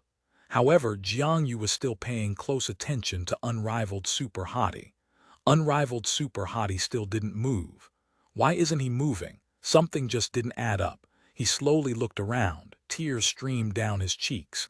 He finally understood why Unrivaled Super Hottie didn't move. The boss was dead. They were fighting the boss. With the boss dead, why would he make any movements? If he actually made any movements, then that would truly be alarming. There really was nothing going on. Jiang Yu was doubtful, but at the same time he was embarrassed for raising a false alarm. The guild leader of tyrannical ambition wasn't any ordinary person. Jiang Yu calmly smiled and said, "I'm picking up the loot." The players stared blankly for a moment before laughing out loud. Their guild leader was just pulling their legs.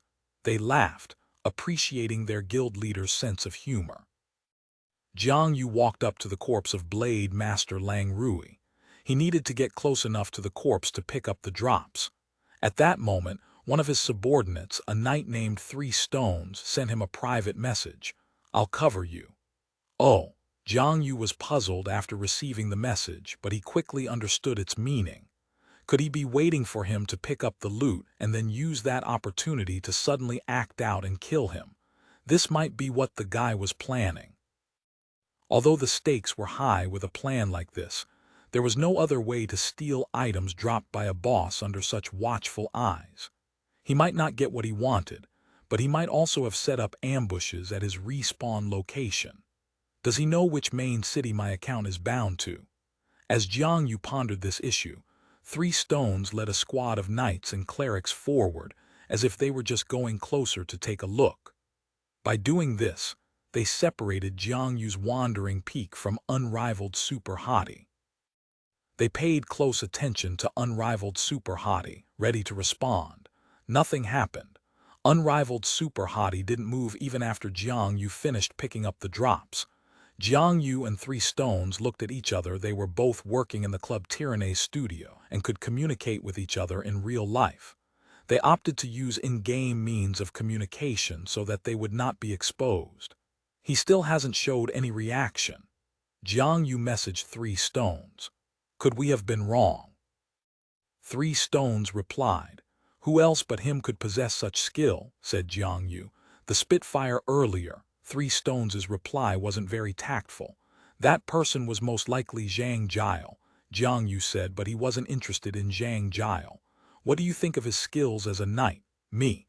You're letting me to assess someone on an entirely different level from me." 3 Stones smiled bitterly. "I just want to know your opinion." Jiang Yu was helpless as well. Their game studio couldn't expect long-term help from a pro player. If they had to assess the strength of a pro player, they wouldn't be able to get comprehensive results. This was just like how they had suffered defeat after defeat by the hands of Lord Grimm despite knowing that he was Ye Xiu. Their encounter with Ye Xiu in the Western Wilderness was a perfect example. They thought they had the absolute advantage in the heavenly domain with their superior numbers. In the end, they still got steamrolled. They didn't even know what level of strength they would need to defeat a god. 3 Stones couldn't resist the urge to roll his eyes at Jiang Yu in real life. "In my honest opinion, he's as good as any knight in the pro league," he replied. "But these pro players definitely don't have the time to play the game." "Yes," Jiang Yu said. "Obviously. Then he must be Ye Xiu," Jiang Yu concluded. "Haven't we always treated him as Ye Xiu? But why isn't he moving? He can't be here to help out our guild, right?" Jiang Yu was puzzled. What if he's already gathered more helpers and is planning on taking us out in one fell swoop? 3 Stones suggested. "Are you talking about heavenly justice?" Jiang Yu pondered. They used to think that Ye Xiu would be isolated in the heavenly domain, but in the first few days since his arrival, he had already formed good relations with heavenly justice. They had never truly investigated the strength of heavenly justice because player-formed guilds were not their main competitors. They viewed heavenly justice as a rich man's toy. They had never thought that their guild would one day become their competitors in the pro league. The higher-ups of the clubs blamed Heavenly Justice's sudden momentum on the guild leaders. To have overlooked the growth of a team with such a strong foundation in the game, the guild leaders of the club guilds could be said to have neglected their duties. The club guilds began paying more attention to Heavenly Justice afterwards. Heavenly Justice fully utilized the incidents caused by the guilds to bolster their own strength and popularity. The momentum gained by their team attracted a lot of attention. Despite being supported by a money warrior, they insisted on promoting themselves as a grassroots team. They were recruiting massively and throwing out a lot of money to gain benefits, creating a huge wave of excitement. It didn't matter what Heavenly Justice's original intentions were, they were able to set up a solid foundation. If the team managed to become famous in the pro scene, the players in the guild would turn into their loyal fans. With such ambition, how could Heavenly Justice neglect the competition for wild bosses? Player-formed guilds had never been competition for club guilds when it came to wild bosses, but with Heavenly Justice now at the same level as them, did they need to hide anymore? Could unrivaled Super Hottie be a pawn of Heavenly Justice? Come to think of it, does Heavenly Justice have the strength to face us? Besides, it would be bad for both sides to get involved in open conflict, Three Stones said. It's different. They're in an unusual place right now. They could have some unconventional means. Jiang Yu said, their morale is very high too. It'd be easy for them to rally their forces. Besides, their boss himself is in the game. They can get more resources easily compared to us. If they needed to do something big, just one word from the boss would be enough to make it happen. But then again, would they really need to use Ye Xiu as a spy to pull off such a move? Three Stones replied thoughtfully. By using Ye Xiu's strength, they can quickly get close to him and obtain more confidential information, right? They can just throw their money at us if they wanted it so badly. If they offered us 10,000 bucks for a piece of information, wouldn't you sell it? Jiang Yu asked. This question is too sensitive. Three Stones replied. There are hundreds of us here. All of us hold vital intelligence about our operation. Do you think not one of them could be bribed? Jiang Yu asked. Three Stones was silent. Despite being a disgusting strategy, money was undoubtedly the most effective way for one to achieve their goals. 10,000 bucks for some information. Three Stones would probably have given in too. This is why unrivaled Super Hottie is so suspicious, said Jiang Yu. How about exposing him right away? Three Stones said. No, we'll continue observing him. For now, let's pull back. We'll decide what to do once he reveals his trickery. When worse comes to the worst, we'll suffer another loss. Jiang Yu was already preparing for the worst-case scenario. There's also a chance that he's not Ye Xiu. Three Stones was still optimistic. I have a plan. Jiang Yu had a sudden thought after hearing Three Stones' words. He moved Wandering Peak closer to unrivaled Super Hottie after secretly transferring his items to Three Stones. Jiang Yu walked up to unrivaled Super Hottie and spoke with a jovial tone. Brother, you're good. Haha, it's nothing. Unrivaled Super Hottie replied with a laugh. Even though Jiang Yu tried hard to confirm the identity of the person through his voice, he hadn't interacted much with Ye Xiu despite their numerous conflicts.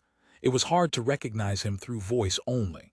Since Jiang Yu was very suspicious, his voice sounded a lot like Ye Xiu. Brother, your skills far surpass the average players.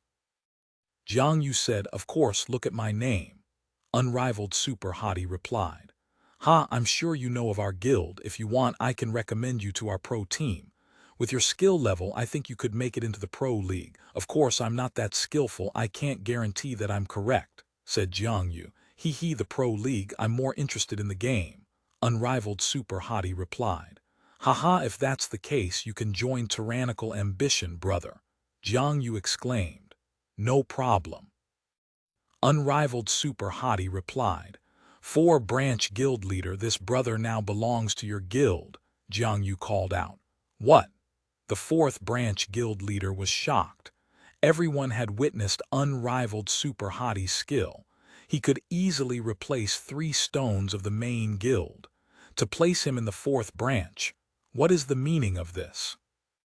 Everyone thought unrivaled super hottie wouldn't be happy, but he merely laughed, as if he didn't mind Jiang Yu's decision. The King's Avatar, Chapter 591. Chapter 591. Laboring for the guild. With the boss battle settled, the players from tyrannical ambition began to leave Sword Peak Ravine. Jiang Yu still had his guard up, but everything went smoothly. Unrivaled super hottie left the place along with the group just like that. The players were very curious about unrivaled super hottie. The 4th branch guild leader noticed that something was definitely off and quietly walked over to Jiang Yu. "How should I deal with unrivaled super hottie?" the 4th branch guild leader asked. He believed that the guild leader had some special plan in store. With unrivaled super hottie's strength, he should at least have been one of the elite core members.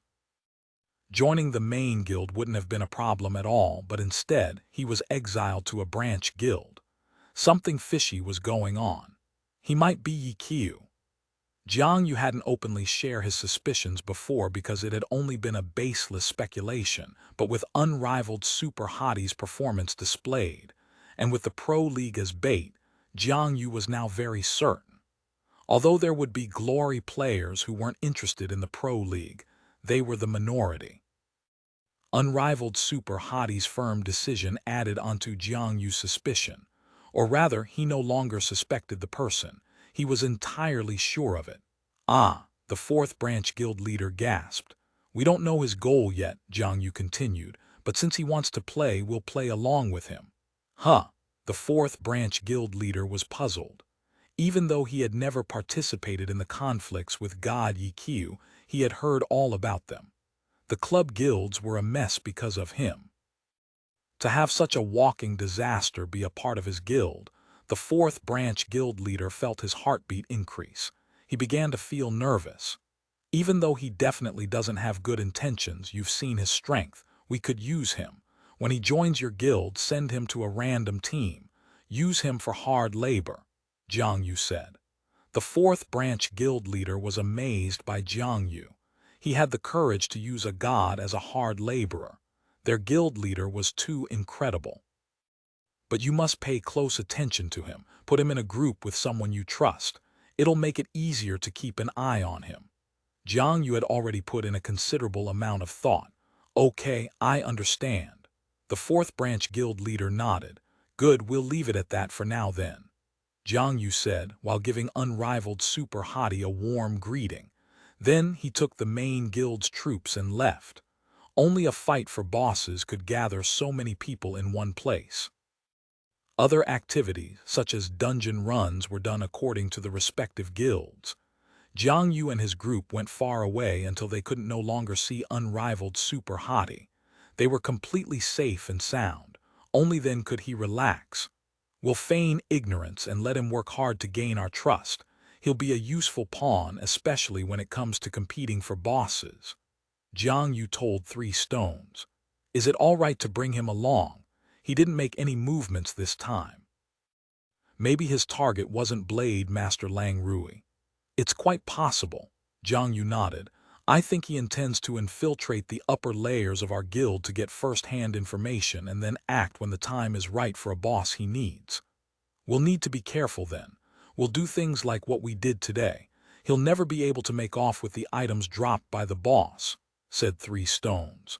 "I'm afraid that he might wreak havoc when he doesn't find any opportunities," Jiang Yu said. "That would be scary." 3 Stones recalled the unparalleled destructive capabilities of unrivaled super hottie. His heart was full of envy and jealousy. Who wouldn't want to be as majestic-looking as him? 3 Stones glanced at the sword in his hand and sighed. He would never be as skilled. As a veteran knight, he could clearly see unrivaled super hottie's mastery over the Maelstrom counterattack. With the players from the main guild were gone, only a few members of the branch guilds were left. Since this time's boss was special, elite knights and clerics of the branch guilds were present. Under normal circumstances, only the knights from the main guild were required. "Brother, what next?" The fourth branch guild leader inherited Jiang Yu's warmth and acted like he was concerned about unrivaled super hottie. "Nothing much," unrivaled super hottie replied casually. "I've got to recover my experience points." "Ah, that's a must. How about finding a team to dungeon with?" the fourth branch guild leader asked. "Sure," unrivaled super hottie replied. With some quick arrangements, unrivaled super hottie was contacted by his new team members. "See you later." Unrivaled super hottie said goodbye to the other members of the fourth branch guild and left with his new teammates. Guild leader. The fourth branch guild's #1 knight, Flight, called out to his guild leader. Are there any special arrangements for unrivaled super hottie?" Flight tried this best to gain some insight on the situation. To put unrivaled super hottie in the fourth branch guild, there must be something wrong. Flight felt uncomfortable. He had always been looking for a chance to prove himself, but no knight would be able to outdo unrivaled super hottie's recent performance. We'll leave it at that," the fourth branch guild leader answered vaguely. It wasn't because he didn't trust Flight. It was due to the fact that he knew the person well. He knew that Flight was wary of unrivaled super hottie and was reluctant to share such news with someone filled with negative emotions. Flight knew that his guild leader was intentionally dodging the question. He was anxious. With such a great knight around, he felt pressured. The players that had played with unrivaled super hottie would no longer think that Flight was good. Flight's worry was proven to be correct. Unrivaled super hottie was highly praised by his new party members, and the entire fourth branch immediately knew of the presence of the top-notch knight in their guild, even if he wasn't officially a part of their guild yet. When unrivaled super hottie officially joined the fourth branch guild of tyrannical ambition a few days later, his reputation was already very high. The celebratory welcome he received almost broke Flight's heart. "Boss Unrivaled, which dungeon do you want to run?" Quite a few players asked impatiently. His name had already become Boss Unrivaled. People with true strength easily earned recognition from others. Although he held no official position, he already had the qualifications in the people's heart. It doesn't matter, I'll go wherever I'm needed," unrivaled super hottie answered in a carefree manner. The guild members were full of joy. Happy Sheep's breakthrough with unrivaled super hottie's help made every team in the guild extremely jealous. As a result, in these past few days, all of the teams were asking their guild leader for unrivaled super hottie. Usually, team members were fixed and wouldn't be transferred so easily, but for an exceptional expert like unrivaled super hottie, why was he in that team? Why can't he be in ours? Thus, everyone demanded their guild leader for an answer. The fourth branch guild leader didn't object. Unrivaled super hottie was there for labor anyways. He let them contact unrivaled super hottie and indicated that unrivaled super hottie didn't belong to any fixed team. People were basically openly competing with each other for unrivaled super hottie's assistance. The guy himself didn't decline any invitation and went into dungeons with different teams. With him officially in the guild, contacting him became even easier. The team leaders were swarming him with requests. "FCK, you guys already dungeoned with Boss Unrivaled a few days ago, piss off." "SHT, you dare to let Boss Unrivaled go into such a trash dungeon." "DM it, first come first serve, alright, we invited him first." "My ass, look at the chat, I did it first." "FCK, ask Boss Unrivaled which dungeon he wants to go to. That doesn't count." "DM it, my words were indirect but my intentions were clear." The guild chat erupted into chaos. Everybody was fighting for unrivaled super hottie's attention. Flight's heart was broken once again. He was lucky that the elite squad that he belonged to didn't beg for unrivaled super hottie's attention. Everybody settle down. I'll go with the brothers that I've never dungeoned with before," unrivaled super hottie said. "See, Boss Unrivaled has spoken. "The rest of you back off," someone immediately said. The ones like Happy Sheep's team backed off with some grumbling. The guild finally settled down after unrivaled super hottie declared his intentions. "What are you trying to do?"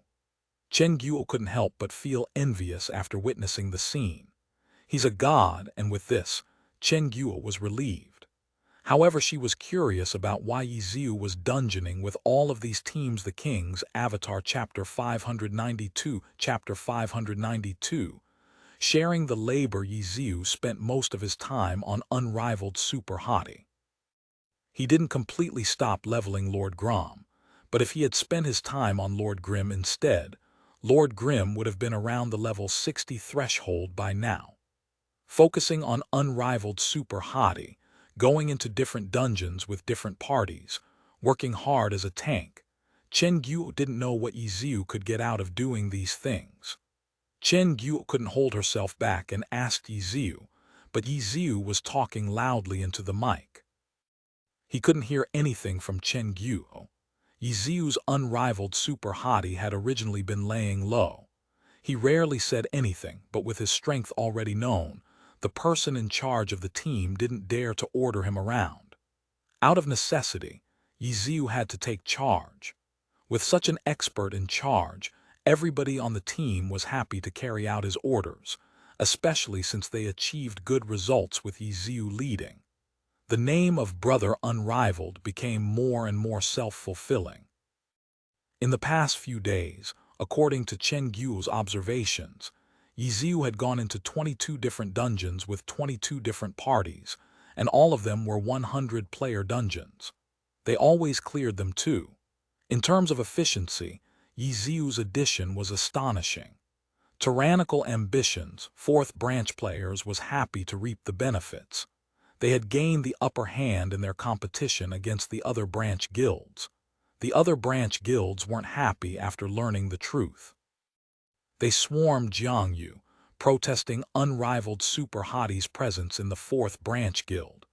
Jiangyu didn't expect that the guy would cause trouble even when he was used for hard labor. He couldn't help but feel impressed. Ye Xiu really was a god. Everything he did got the attention of others. The leaders of the branch guilds were naturally Tyrannical Ambitions' absolute core members. They were more trustworthy than the elites within the main guild. With their non-stop complaints, Jiangyu had a meeting with them to tell them the truth. "He's Ye Xiu." No wonder. The branch guild leaders immediately understood after being exposed to the truth, which is why he must have some ill intentions by joining Tyrannical Ambition. However, his motives remain hidden. For now, we're just using his strength to benefit ourselves. Jiang Yu explained. The branch guild leaders approved of Jiang Yu's plan. The idea of using their arch-nemesis as a work slave was very appealing. Even so, there's no reason that the 4th branch guild alone should keep him to themselves. "We deserve a share too, don't we?" the 2nd branch guild leader said. "Ha ha ha, we're on the same side. There's no need to make a fuss about it." The leader of the 4th branch laughed. "He's in your guild, so of course you'd say that." The leader of the 5th branch guild rolled his eyes. He knew about Wolfhead's encounter with unrivaled super hottie. Even though he got bullied, they were still on the same side, so the option of revenge through petty tricks had gone out the window. But after learning the truth, he couldn't help but feel that the presence of Ye Xiu was like a cheat engine for the 4th branch guild. It wasn't fair. It was like the 4th branch guild had started using a cheat engine, especially how their teams kept on making breakthroughs in the dungeons. With the members of the 4th guild acting high and mighty after their achievements, didn't they know that their success was achieved only because such a top-tier player? Jiang Yu wasn't angry at the situation. Instead, he laughed. "Okay, there's no need to fight. Using Ye Xiu as a slave for our guild is a good thing. It's a rare opportunity. Everybody should get to have some of the fun, so let's let him switch between branch guilds." With Jiang Yu making his stance clear, the leader of the 4th branch guild had nothing more to say. They were still people that considered more than obtaining benefits. Will he notice it if we overdo it? So what? It's nothing. If worse come to the worst, he'll just leave. We have nothing to lose. Jiang Yu replied, appearing to have given the issue a thorough amount of thought beforehand. Despite that, Jiang Yu had a bad feeling about his plan. Even though they had paid close attention to unrivaled super hottie, a god's movements weren't comprehensible by normal players. The other branch guild leaders agreed. With such a highly intelligent spy, so what if they treated him roughly? We don't expect anything from you, but since you're already here, we might as well use you to the fullest. The branch guild leaders began to argue about the distribution of their free labor. Since it was harmless, Jiang Yu didn't interfere and instead joined in on the fun. In the end, they voted for the third branch guild to use the cheat engine. Just one day. You're kidding me. How much can he do in one day? The leader of the third branch guild was furious when he learnt that he was granted access to the cheating engine for only a day. Then how many days do you want him for? If you keep him for too long and he left just like that, then won't we lose our source of fun? The leaders of the other branch guilds refuted. I'll at least keep him for as long as the fourth branch guild did. The leader of the third branch guild argued. In the end, no one was willing to compromise. There were a lot of branch guilds under the banner of tyrannical ambition. If all of them took turns, there might be a chance that there would be some that wouldn't get the chance to use the free labor. They didn't plan on treating him well. What if he just left after the first day? In the end, they completely got rid of the initial decision. They decided to let unrivaled super hottie choose whoever invited him. I have something to say about this, Jiang Yu said after they came to a conclusion. He has to do it on his own free will. Do not entice him with any conditions. Oh, the branch guild's leaders were momentarily stunned. If we competed against each other for his help, who would benefit from it in the end? Jiang Yu continued. The leaders of the branch guilds suddenly came to a realization. They immediately agreed to Jiang Yu's terms. Jiang Yu was finally relieved. He was alarmed by the decision of the branch guild leaders. He immediately suspected Ye Xiu's real intention, throwing himself into their guild and invoking conflict within the guild as an elite that was sought after by everyone. How crafty! Luckily, I noticed it, Jiang Yu thought. Tyrannical ambition had made a decision. In the meantime, Ye Xiu was becoming increasingly busy. With Jiang Yu's approval to use his strength, players other than the ones from the fourth branch guild were asking for his help. Even the ones from the main guild were looking for him. Jiang Yu didn't stop these activities. As long as none of them gave away any benefits, anyone could use Ye Xiu. After all, wasn't it all good for tyrannical ambition? Jiang Yu was extremely pleased with his arrangements with Ye Xiu, as the branch guilds made excellent progress in dungeons. Tyrannical ambition was involved with a few more conflicts for bosses during the past 2 weeks. Jiang Yu wanted to use him for free labor, but he held his impulsiveness back. He pondered over it and felt like he should use him to clear dungeons to the point where he gave up. Jiang Yu could never trust him when it came to killing bosses. However, even though Jiang Yu was reluctant to deploy his cheat engine, the other guilds weren't the same. Blossom Valley's dazzling spring was very popular at the moment. With his help, Blossom Valley was doing very well. The 3 great guilds couldn't gain an upper hand against Blossom Valley. Even at the momentous, Samsara was being suppressed. This player's unprecedented strength had garnered a lot of attention and was shrouded in rumors. Some said that he was Zhang Jiao, others claimed that the person was Zhu Yuan. Some even said that he was a new member of Team 100 Blossom that would take over Dazzling 100 Blossom and was playing in-game to train himself. There was even a rumor that the person was someone who had trained for years and joined Blossom Valley, ready to show his true strength. The rumors even went out of hand, but such an expert easily attracted attention of the pro teams. Many had tried to get in touch of this character. Ye Xiu was one of them. He chatted with the person from time to time in QQ. "You've been busy these days, what are you planning on doing?" Ye Xiu asked. "What about your work in tyrannical ambition?" Zhang Jiao answered with a question of his own. "I'm on official business." Ye Xiu replied in a serious tone. "You were quite cooperative last time, seeing that you didn't expose my identity. What do you think? Are you interested in working together?"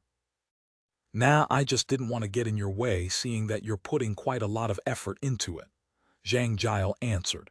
"It's nothing, I'm enjoying it," Ye Xiu said. "Oh really? That's good. How about you?" "Me, I'm in a bit of a dilemma," Zhang Jiao replied. "Is it really that hard of a choice to make? Join forces with me.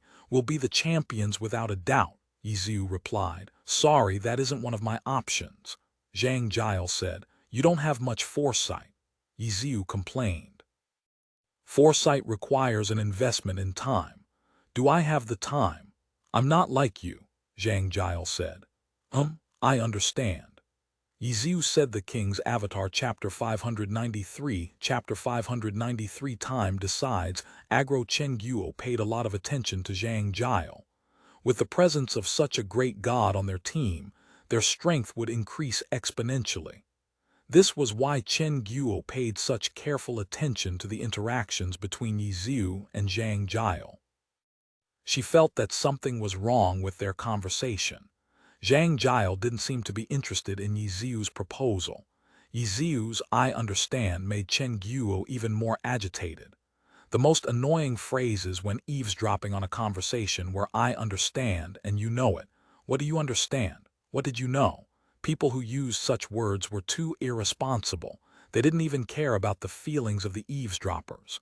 What do you understand? Huh? Chen Guo was straightforward. She immediately asked Ye Xiu after noticing that Ye Xiu didn't attempt to persuade Zhang Jiao. What he meant was that even if he returns to the Pro League, he doesn't have much time in his career left. Since he wants to be the champion, of course he needs to cherish the time he has left. Joining a new team like us would be wasteful and luxurious, Ye Xiu said. He said that he's different from you. What difference is there? Chen Guo asked. I've already won a championship. He has not, Ye Xiu replied. Chen Guo immediately understood. For a new team like Team Happy to become the champion, even Chen Guo felt that it was absurd despite having a god like Ye Xiu. One didn't simply get to become the champion with just a god. The god chatting on the other side was the perfect example. The poor god was nearing the end of his career. If his goal was to be the champion, he would never join Team Happy. To Zhang Jiao it was all or nothing, but for Ye Xiu, he didn't share the same worry to a certain degree. What a shame, Chen Guo sighed. Yeah, he gave up on the chance to be a champion, Ye Xiu sighed. Chen Guo responded absent-mindedly. Unlike Ye Xiu, her confidence was an illusion. Even though a god was strong, it was the pro leagues they were talking about. Unlike the game, there were a lot of other gods. When she said, what a shame, she just felt that it was pity they wouldn't be able to have another god join them, not what Ye Xiu meant. Good luck, Ye Xiu said to Zhang Jiao. Out of courtesy, I should wish you good luck as well, but your luck will mean my misfortune. I'm in a bit of a dilemma, Zhang Jiao said. Haha, I won't be back so soon. Cherish the 1 year you have left, Ye Xiu replied. If that's the case, then good luck to you as well. Good luck. Good luck. Ye Xiu closed the chat window after the two exchanged blessings with each other and sighed. Even Ye Xiu felt regretful being unable to get the help of another god. Back in the game, unrivaled Super Hottie was already being invited by hordes of players. Ye Xiu appeared to be picking random parties, but Chen Guo had been observing him for quite some time and found something peculiar. Hey, you've partied with this group before, Chen Guo said. Ye Xiu had always been with different parties. It was the first time that he had gone dungeon running with the same party twice. Chen Guo thought that Ye Xiu was confused after going into dungeons with so many different parties. Yes, I know, Ye Xiu unexpectedly answered. Oh, you're going with them again? Chen Guo started to study the party slowly. It was a small group from the tyrannical ambition's seventh branch. Chen Guo could not see anything special from their characters. They were just like any other group that Ye Xiu had played with before. They were mediocre at best. Why are you going with them a second time? Just as Chen Guo was about to throw Ye Xiu her question, unrivaled super hottie received a message. It was from tyrannical ambition's guild leader, Wandering Peak. Before sending the message, Jiang Yu was also in an awkward position. They had found a new boss.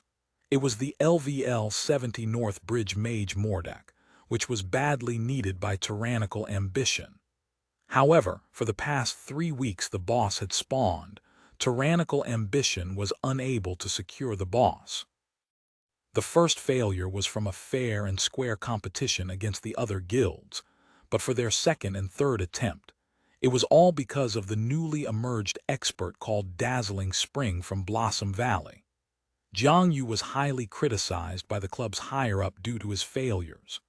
Even though they knew that there were a lot of uncertainties when it came to competitions for wild bosses, for a team that desperately needed a certain boss, the game department would still be under a lot of pressure. The manager even made it a point that the next boss must be secured at all costs. At all costs. Why don't you guys send a professional player or two to help out? Jiang Yu, of course, kept that complaint to himself. It might not be a good thing if the club sent a pro to aid Jiang Yu. His task would become easier, but it also meant that he had neglected his duty. As someone in charge of everything in the game, if he needed the aid of pro players to solve his problems, it meant that his capabilities were limited. Jiang Yu wished to overcome the problem on his own, unless the situation was very dire. With Dazzling Spring, who was suspected to be Zhang Jiao, on the enemy's side, it was indeed a dire situation. However, Jiang Yu also had a trump card. After giving it a lot of thought, he finally decided to deploy his trump card. If he needed pro players to solve his problem, his capabilities would be doubted. But if he could solve problems that would require help from pro players, it meant that he was very good at doing his job. The two factors were closely related to each other. Jiang Yu was never purely a player. To him, this was his career. He was happy to find that unrivaled super hottie was online after receiving news regarding the North Bridge Mage Mordak, and immediately contacted him. Even though this person's aim was still unknown, judging from his willingness to act as hard labor in tyrannical ambition's branches, Jiang Yu knew that his summon would bear fruit. As expected, unrivaled super hottie happily accepted and immediately made his way over. Jiang Yu took this opportunity to review his troops. The competition for North Bridge Mage Mordak was tight. It was not because of the fact that the mage was tough. It was due to the fact that the area which he spawned in was quite small. Upstream of a certain river, there was a bridge known as the North Bridge. It was said to be one of the forgotten sites of the Great Road of Glory. Decaying with time, the North Bridge lost its original purpose. One could no longer cross the bridge without some incredible platforming skills. The bridge was already damaged beyond recognition. The only reason it still stood was because of the system's logic-defying settings. North Bridge Mage Mordak always spawned on the North Bridge. He didn't belong to any leveling areas. He was just a scenery boss. And how big could a bridge be? No matter where the North Bridge Mage Mordak spawned, he'd immediately be spotted by players. Competition for this boss was never limited to just 3 or 4 guilds. Any ambitious guild would arrive at the scene. As Jiang Yu was reviewing with his men, he believed that the other guilds were doing the same. Not long after, players from each guild had already gathered on both ends of the bridge. After a brief calculation by Jiang Yu, about 10 club guilds had gathered. Herb Garden, Blue Brook Guild, Excellent Era, Samsara, Royal Style, Blossom Valley, Misty Castle, Void Walk, Howling Heights, and with the addition of Tyrannical Ambition, 10 guilds were present. The players at the bridge weren't too shocked. They had seen the same scene every week.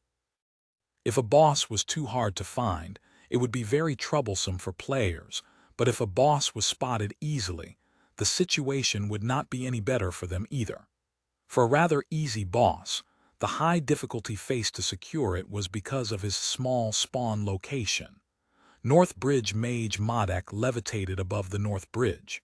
He was an old man with a white beard, but his body was still well built. There was a backstory about the old man that happened on the bridge. It was a sad and touching story, but the players that were at the place for the boss didn't care about the backstory. The only thing concerning them was how to get to the boss when surrounded by players from 9 other guilds on extremely unfavorable terrain. Nobody was willing to make a move. They were already used to the norm of watching silently. It was a disgusting practice that occurred once a week. A gunshot broke through the silence. Blossom Valley was the first to make their move. Or rather, Dazzling Spring from Blossom Valley. It was also a scene that people had become used to in the past 2 weeks. Dazzling Spring's unprecedented skill allowed him to approach the boss directly, unlike the other players. Dazzling Spring leapt onto the bridge. Gunshots rang out, accompanied by zipping bullets and flying hand grenades. The North Bridge Mage was already on the move. He was another boss that was very exquisite about the aggro's direction. There was also an extra condition to establishing his aggro, the person standing on the North Bridge. As long as somebody stood on the bridge, he would be a target for the North Bridge Mage's wrath. The longer a player stayed on the bridge, the higher the aggro value would be. It would be impossible to snatch the attention of the boss away from beyond the bridge. The deciding factor of pulling the North Bridge Mage's aggro was the amount of time one spent on the bridge. It was a very important factor, but it was also something that received the least attention of the guilds. To fight for an extended period of time on the North Bridge was not an easy feat. Simply passing the bridge required a very high amount of skill, not to mention fighting on it. With so many contenders, fighting on the North Bridge would only result in countless players falling into the water below. The situation completely changed with the presence of Dazzling Spring. Zhang Jiao was a god. He could ensure his own safety on the bridge without plummeting into the water. For the past 2 weeks, he was the first target of the North Bridge Mage's aggro. Because on the North Bridge, time decides. Aggro the King's Avatar Chapter 594 Chapter 590. For the Lost Initiative, Dazzling Spring was the first to move. A scene like this was nothing new. This incident wasn't exclusive to the North Bridge Mage. Blossom Valley had actively competed for bosses for quite some time, and Dazzling Spring was the one who had always taken the initiative to start the boss fights. With such an expert in their midst, they were not afraid of anybody going after them. They seized the initiative easily. With 2 weeks of experience, the big guilds were already used to it. The moment they saw Dazzling Spring move, countless players reacted with anger. Their target was not the boss, but rather Dazzling Spring, who was the first to jump onto the bridge. To be able to secure the boss in the countless boss battles, it was the perfect group aggro attraction. The many large guilds gathered around shared the same hatred towards Dazzling Spring.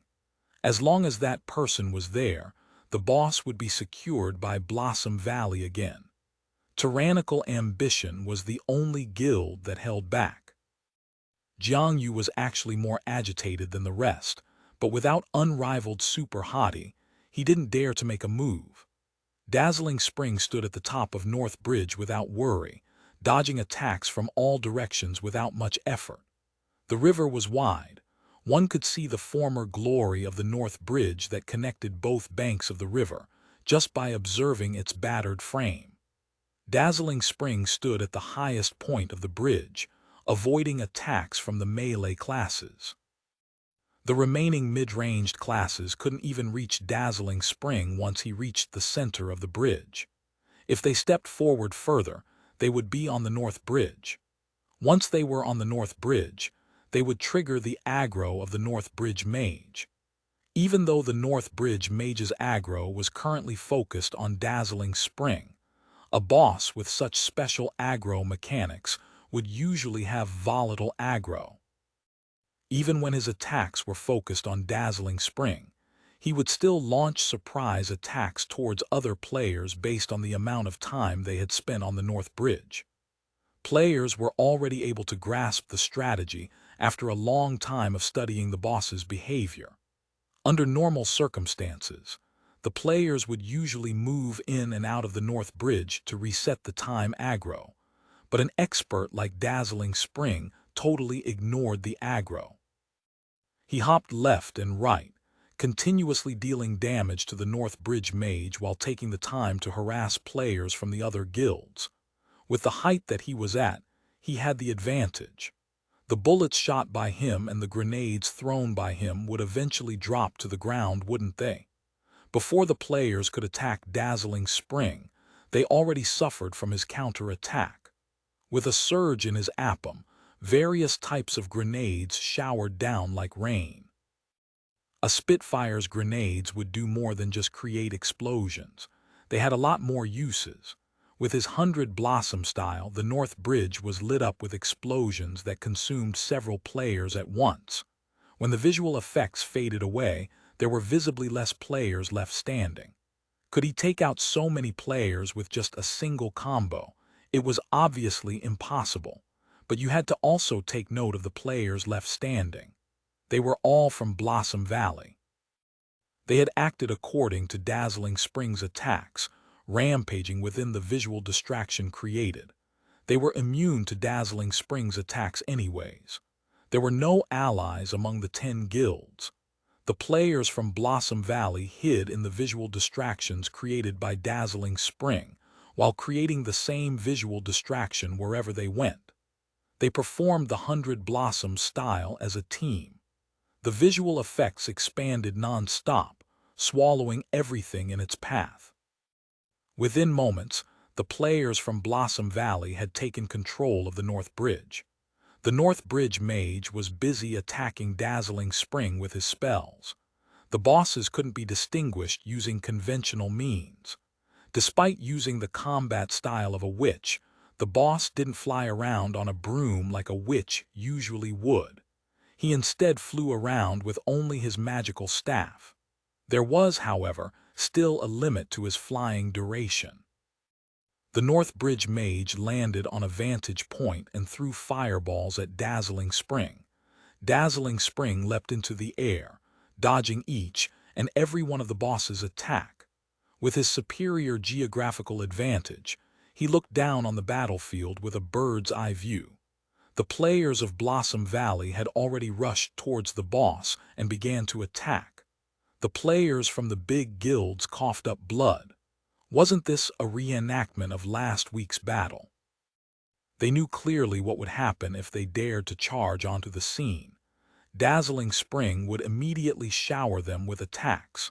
They didn't doubt Dazzling Spring's capability in suppressing the area. His 100 Blossom style was designed to mess up his opponent's vision. The ability to see was the most important aspect in a place such as the North Bridge. If one lost one's vision, combat would be impossible. The person might even fall into the river by mistake. The only difference with last week was that the players from the big guilds were actually on the offensive. However, they were cleared away by Dazzling Spring's counterattacks with the cooperation of Blossom Valley's players. "We shouldn't have even let him get on the bridge," a player shouted, tears streaming down his cheeks as he looked 45 degrees upwards at Dazzling Spring. "Everyone, be careful. We must get there no matter what," another player shouted, but none of them moved. The players from the big guild stood outside the bridge, looking left and right. At this time, they were hoping that somebody else would step forward and act as cannon fodder. Of course, who would be so dumb as to voluntarily serve as cannon fodder? Obviously no one would, which was why they could do nothing but stand aside and watch. The players from the large guilds were bleeding in their hearts. Jiang Yu was especially worried, and he immediately sent a message to unrivaled super hottie and urged him to move faster. "Aren't I already here?" unrivaled super hottie replied. Jiang Yu looked around and spotted a group of players walking towards him along the riverbank. When they were close, Jiang Yu noticed that unrivaled super hottie was really there, but he wasn't alone. He brought along the team that he was in with him. A normal team in one of their branch guilds couldn't even clear a dungeon properly. Against a wild boss, not to mention competing with players from other guilds, even if there were no other outside factors, they might not even be able to handle the boss. Why did he lead all those people here? Jiang Yu was confused, and he could hear unrivaled Super Hottie's voice among the approaching players. "Look, the one throwing fireballs from the top of the bridge. That's the boss, North Bridge Mage Morler." "Oh," the players in his team shouted in amazement. Even though there were not noobs in the heavenly domain, wild bosses were something that not everybody had the chance to encounter. It was an entirely new experience for them. That person that is dodging the fireballs non-stop seems to be the boss aggro target. Oh, he seems to be a Spitfire. He has a very big advantage in controlling the entire field from that position. He can use the special geographical condition of the bridge to stop hostile players from getting onto the bridge. Unrivaled Super Hottie continued. "But he has to deal with the boss. It must be hard," a player pointed out. "Of course, look, there are other players trying to get onto the North Bridge," Unrivaled Super Hottie pointed out. Before they could spot the players, Unrivaled Super Hottie sighed. "Ah, he's a sly one jumping to that spot. He's trying to get rid of them by using the boss." The fireballs launched by the North Bridge Mage missed Dazzling Spring and dropped onto the players who were attempting to get on the bridge. They were immediately scattered by the boss attack. The boss attacks weren't like Dazzling Spring's visual distraction, but the boss attacks had high damage, so they had no choice but to dodge. However, they couldn't dodge the attacks like they usually did on a flat surface. They had to jump. In their moment of panic, quite a number of them tumbled into the river below. In the gushing stream, the players floated for a few moments and disappeared under the water's surface. The average players were never good in controlling their characters in the water. Falling into such a fast-flowing stream added to the difficulty.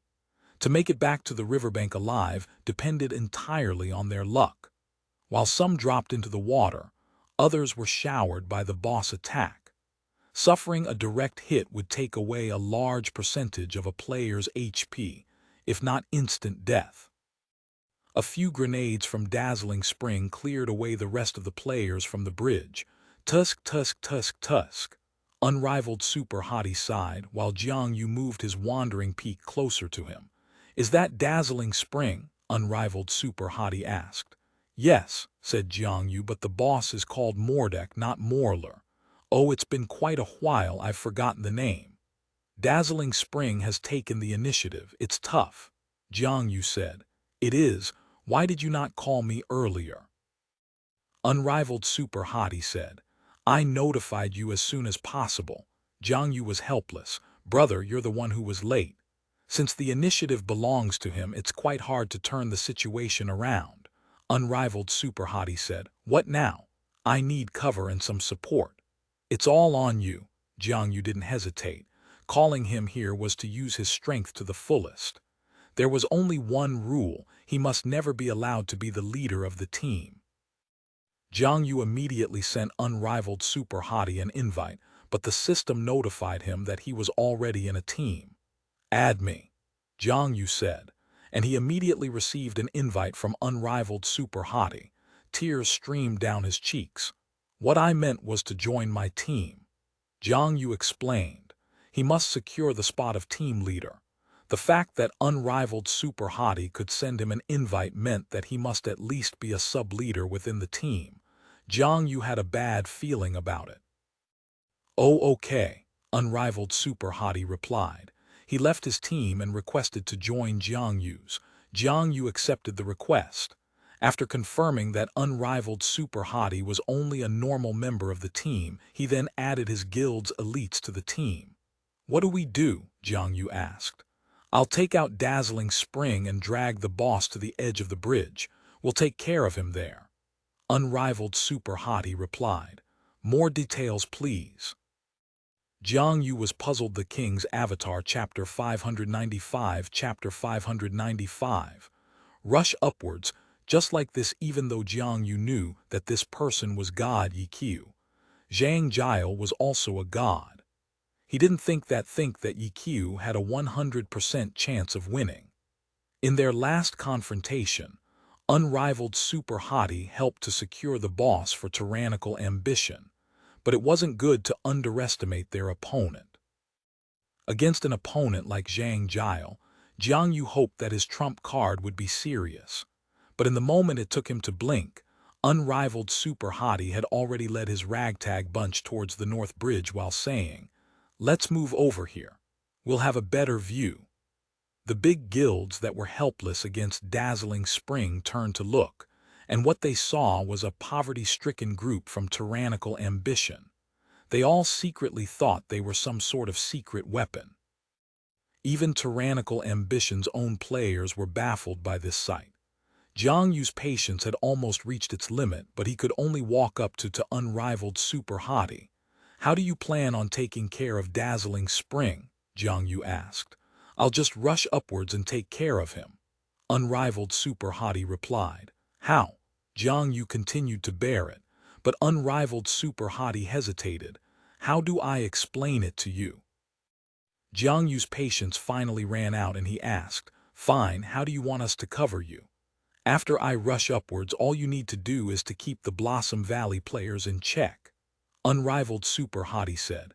"Fine." Jiang Yu was done. What he wanted to know was how unrivaled super hottie would turn the tides for them, but invincible super hottie's answer was always just rush upwards. Just rush upwards. What nonsense. Everybody knew how to rush upwards, but the problem was they couldn't. Jiang Yu wanted to know how, but unrivaled super hottie appeared as if he couldn't give a proper explanation. Jiang Yu anxiously followed unrivaled super hottie to the edge of the bridge. The other players noticed unrivaled super hottie's presence and the fact that their guild leader created a new party.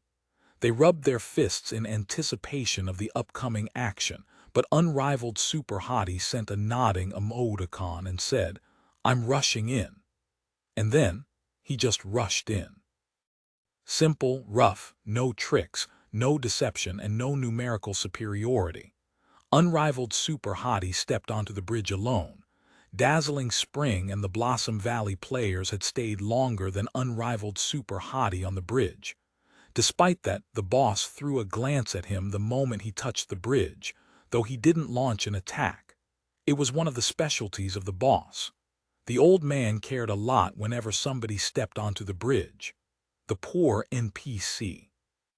He'd never understand that to prevent anybody from ever setting foot on the North Bridge, all he needed to do was leave the North Bridge. Players wouldn't usually try and cross a broken bridge like this one. It was too risky to cross the river using it. The boss didn't divert his attacks towards unrivaled super hottie, but the Blossom Valley players couldn't hold themselves back. The moment they saw the knight, unrivaled super hottie, the aggro of the Blossom Valley's elites immediately shifted towards him. This is what it meant to provoke with only one's looks. Nobody make a move. Blossom Valley's guild leader Blooming Blossom said to stabilize the emotions of his guild members.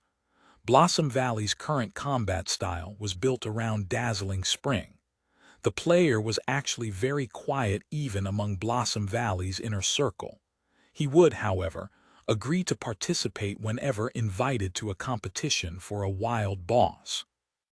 He didn't talk much, just like the average party member, and would only speak a sentence or two when needed.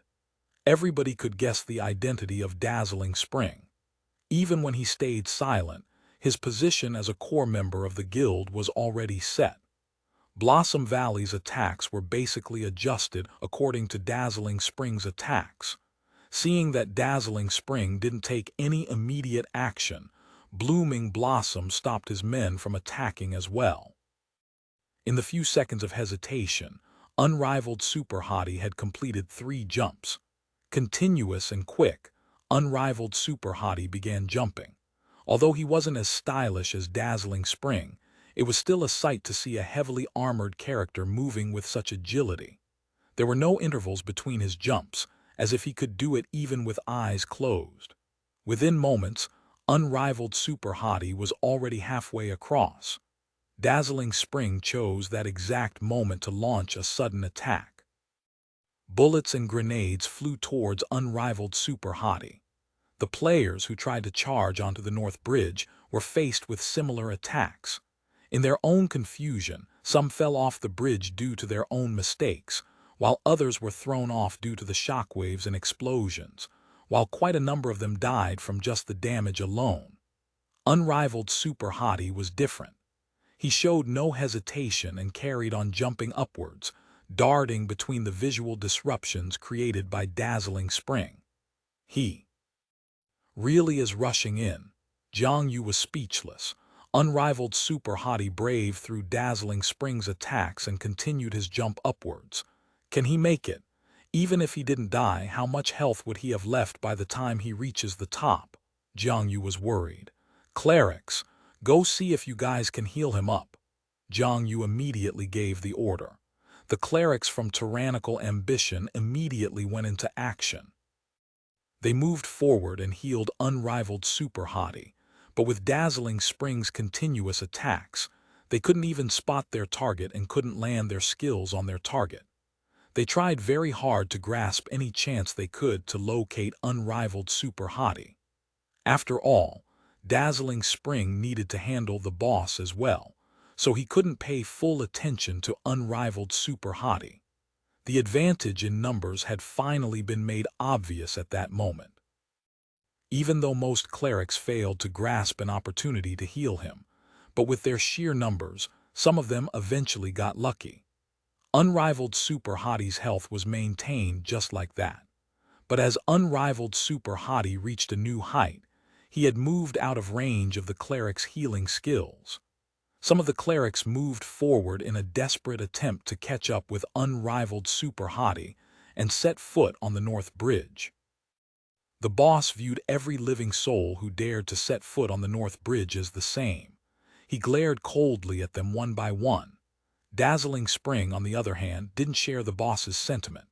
When unrivaled Super Hottie set foot on the bridge, he ignored him, but the moment the other players were on the bridge, Dazzling Spring stopped his harassment towards unrivaled Super Hottie and began bombarding the players with his attacks. 2 clerics fell into the river instantly, their fates unknown. Dazzling Spring didn't hold back against other players, but did he hold back against unrivaled Super Hottie? The crowd soon realized that he did not. They realized that it was a trap. If getting closer to Dazzling Spring was unrivaled Super Hottie's objective, he had already closed 2/3 of the distance, but right after he hit the 2/3 mark, he lost his support from the clerics. The remaining 1/3 of the journey would be one where Dazzling Spring could take care of unrivaled Super Hottie with his advantage in range. He could even cooperate with the Blossom Valley players to deal with unrivaled Super Hottie. He didn't attack unrivaled Super Hottie because he knew that the guy was good, hence he set up a trap for him. With unrivaled Super Hottie's current awkward position, maybe Dazzling Spring would make a move. The problem was that Dazzling Spring didn't allow unrivaled Super Hottie to freely move around. He kept on harassing him, but Dazzling Spring's next wave of attacks showed the players that they were wrong. To deal with an opponent who was on an entirely different level, one must also use some unconventional methods. The 100 Blossom style, that was enough to suppress the average player, was just showing an opening when used on unrivaled Super Hottie. Totally ignoring him would be too obvious.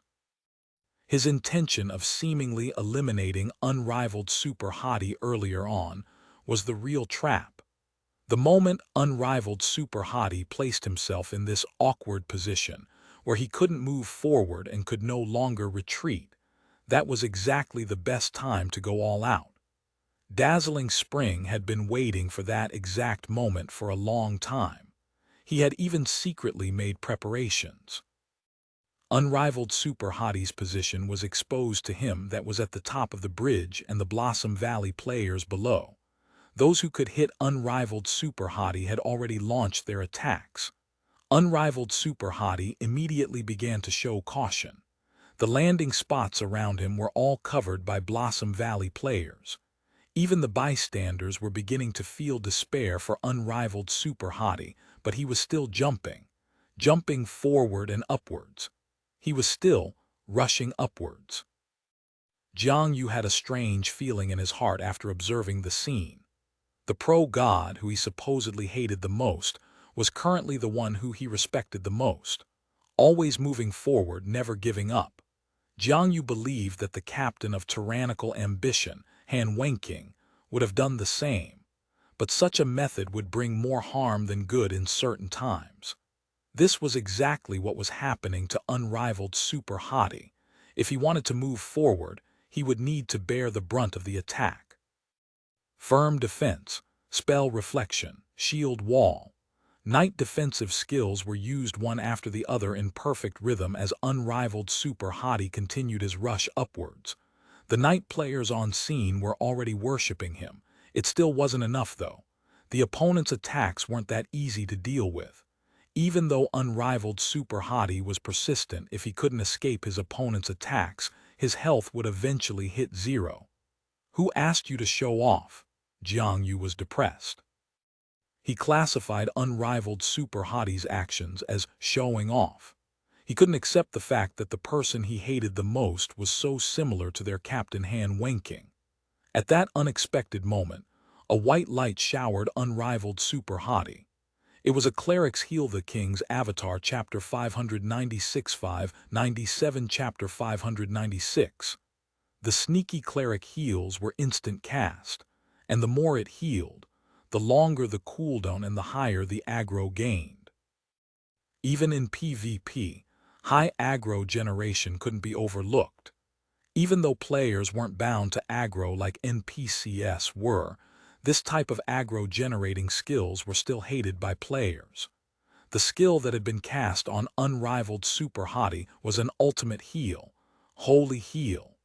The amount of HP healed was enormous. The timing of the skill could be known by the tyrannical ambition elites that were in the same party as Unrivaled Super Hottie. They clearly saw that Unrivaled Super Hottie's HP had just been about to reach zero, but then Holy Heal was cast. One could only imagine the amount of aggro generated by the skill. The Blossom Valley players had given it their all to attack Unrivaled Super Hottie. At that point, they were just counting down until Unrivaled Super Hottie would die, but suddenly a Holy Heal came out. Clerics didn't have to be ferocious, nor did they have many ways to deal damage, but performing well at these crucial moments could cause their opponents to cough blood. The psychological damage was immeasurable. Who was it? It was the question in everybody's head. They began looking around, trying to find the caster of the heal. They found out very soon. On the North Bridge, a cleric was standing on top of a broken railing a few units above the ground. He had his arms extended with a cross in his hands, as if waiting for the cooldown to be over so that he could cast another spell. He appeared to be paying attention to where his feet were, as if afraid to fall down. This wiped out any semblance of style and made him look dirty, and then everybody could see the 2 rows of words above his head. Tyrannical Ambition, 7th Branch Guild. Little Cold Hands. Who's that? Even players from Tyrannical Ambition had this question on their minds. They had never heard of this name before, and watching the guy standing at that spot carefully, everybody present could already picture it in their minds. A cleric called Little Cold Hands snuck up to that spot when nobody was paying attention and had cast a heal. Was it only a coincidence? That was the conclusion reached by most of the players, as Little Cold Hands' movements didn't seem like that of an expert. Some people were still doubtful about the situation. What happened next left them speechless. The Blossom Valley players attacking unrivaled super hottie discovered little cold hands at the same time. They hated the holy heel very much. They weren't even in the mood to analyze little cold hand's actions. They were mad that somebody had snuck behind them and used a holy heel when they weren't paying attention. It would never have happened under normal circumstances. Unrivaled super hottie was just too good. Everybody's attention was focused on knocking him off the bridge and ignored everything else. They were lucky that it was only one player. What would have happened if all of these guilds had seized the opportunity to rush onto the bridge? The Blossom Valley players couldn't help but feel afraid after considering the scenario. The players from the other guilds also noticed the lost opportunity and were filled with regret. That was a chance that unrivaled super hottie fought so hard for, and were just standing around watching. There was even a tyrannical ambition player who said it out loud.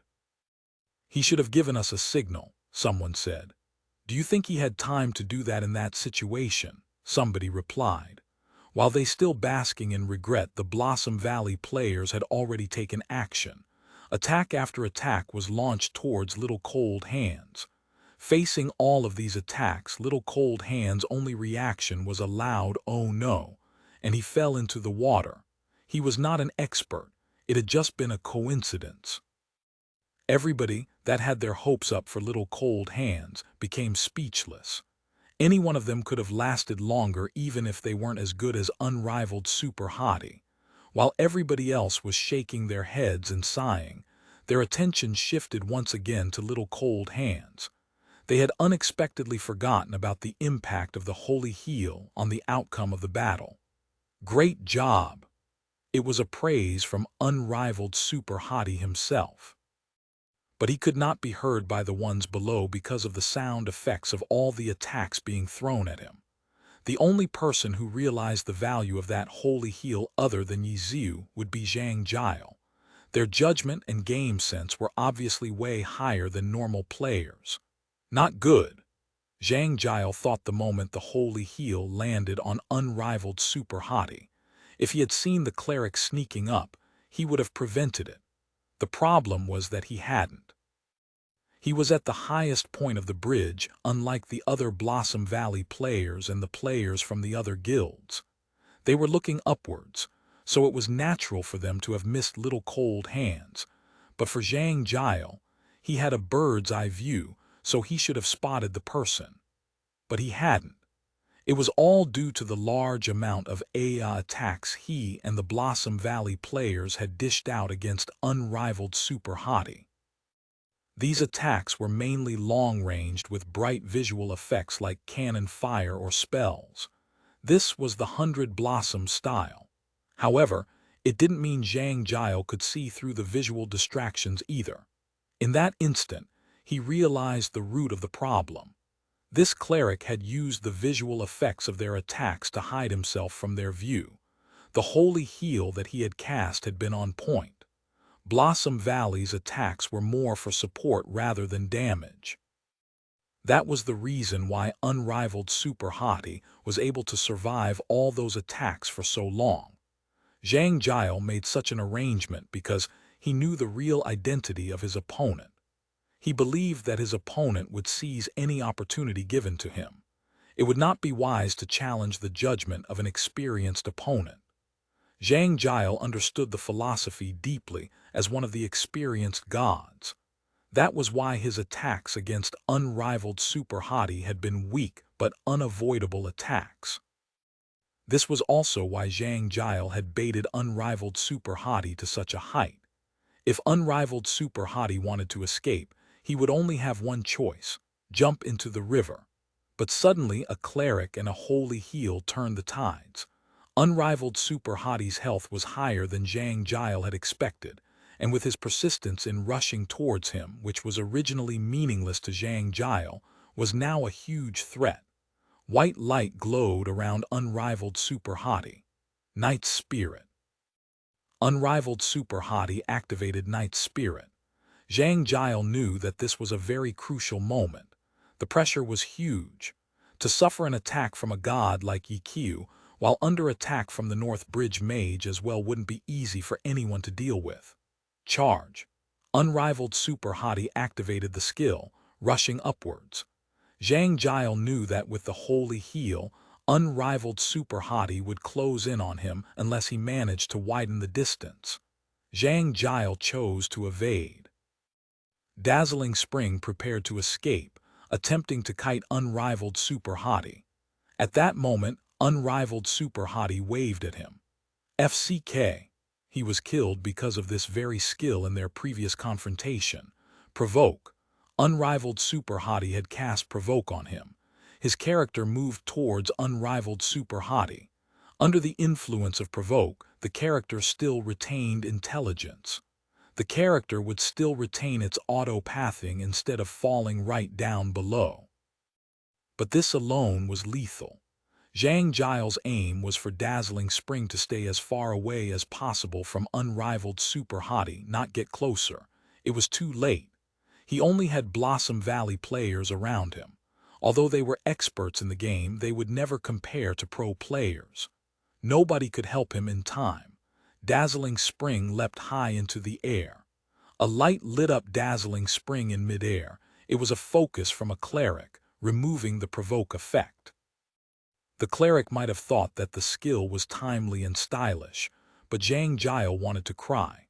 Because of the North Bridge's terrain, his movements toward Unrivaled Super Hottie weren't just simple sprinting. He needed to jump. His Dazzling Spring had a very high jump capability.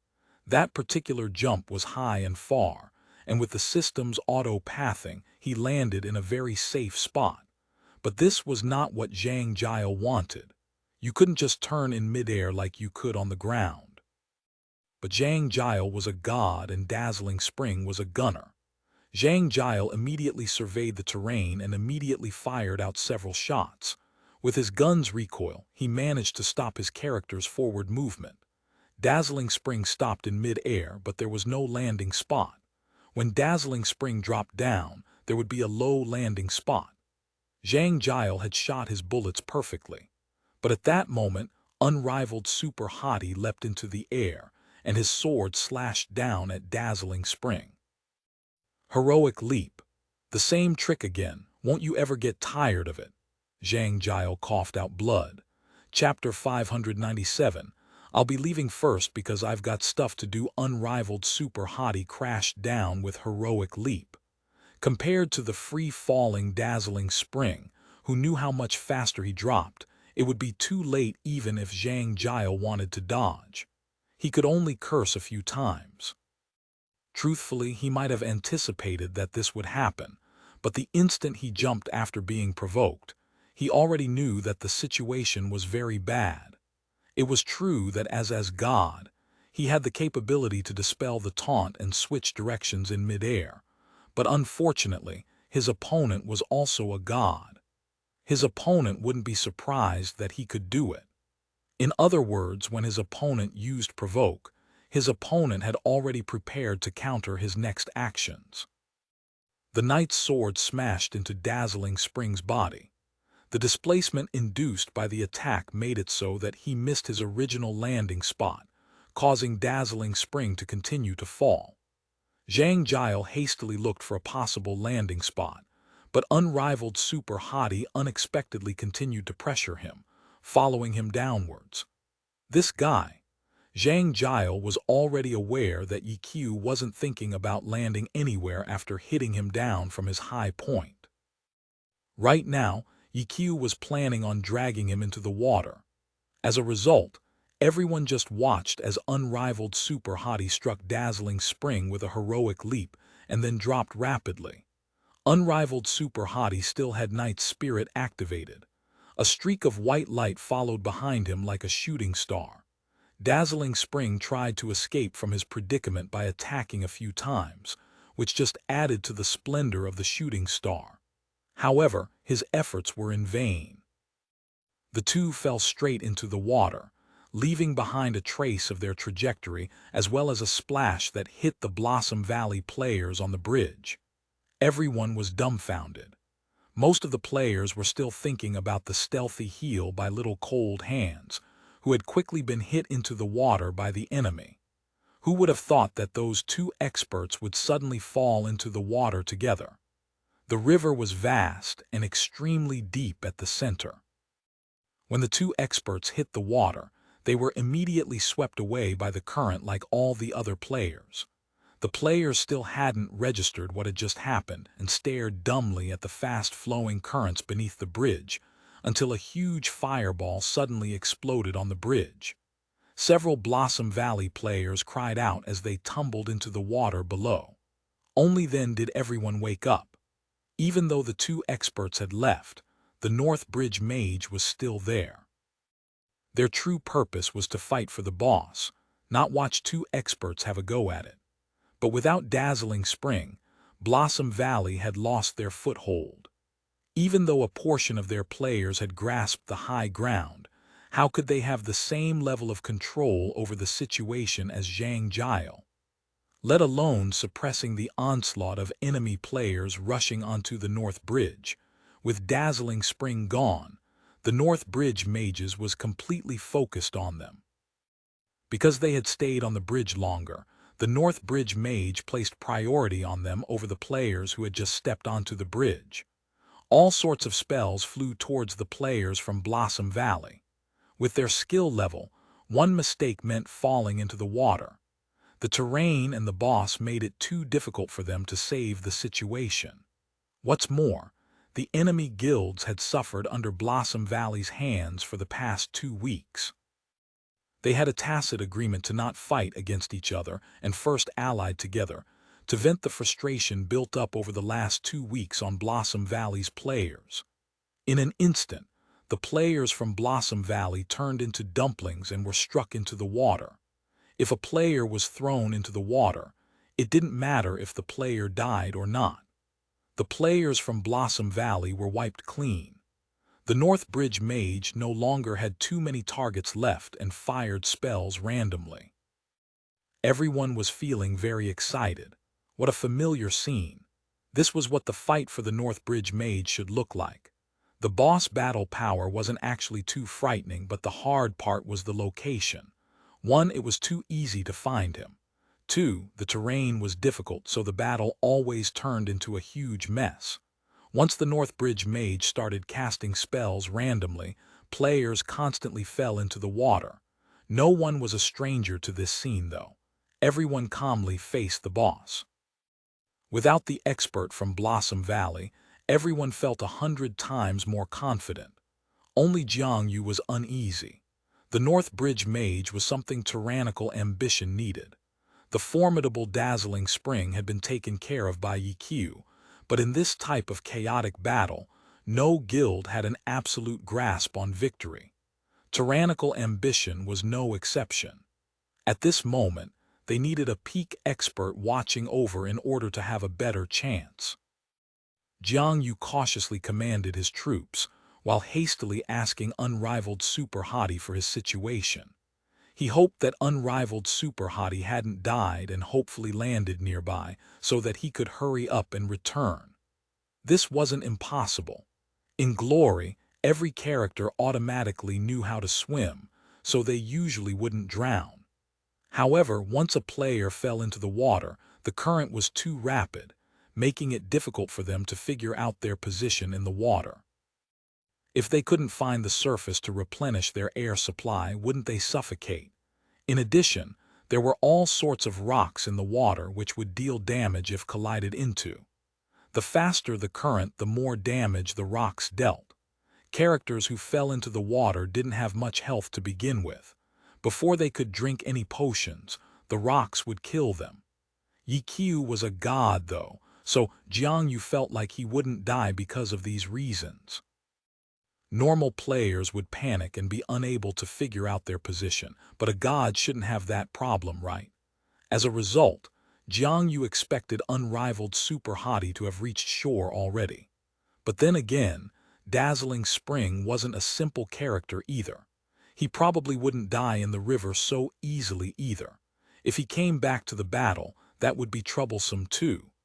Perhaps the two got out of the water at the same time and were fighting right now.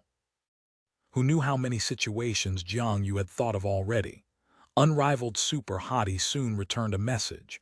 Jiang Yu hastily looked at it and coughed a mouthful of blood. I have stuff to do, so I'll be leaving first. Good luck. What was this? What the FCK was this? What do you mean you have stuff to do, so you'll be leaving first? What's more important than this wild boss? Jiang Yu was so angry his hands were shaking. He replied, the boss is such an important matter. You can't just leave like that. Brother, I'm still busy forming a new team. I don't have the time to keep playing with you. Unrivaled super hottie answered back, making Jiang Yu feel like his soul had parted with his body. This guy wasn't even trying to hide his identity anymore. If a spy revealed himself, it meant he had already completed his mission, so he didn't care anymore. But the problem was that they knew his identity as a spy before, so why did he feel hurt after seeing his "I'm actually a spy" personality? In this type of situation, he should be saying, I already knew you were a spy. It should have been a beautiful moment, so even though he knew, why couldn't he say it? If I return, I won't be there to help you fight for the boss, but rather to take the boss for myself. Are you sure you want me to come back? Unrivaled super hottie followed up. See you later, Jiang Yu decided. See you later. I don't want to see you ever again.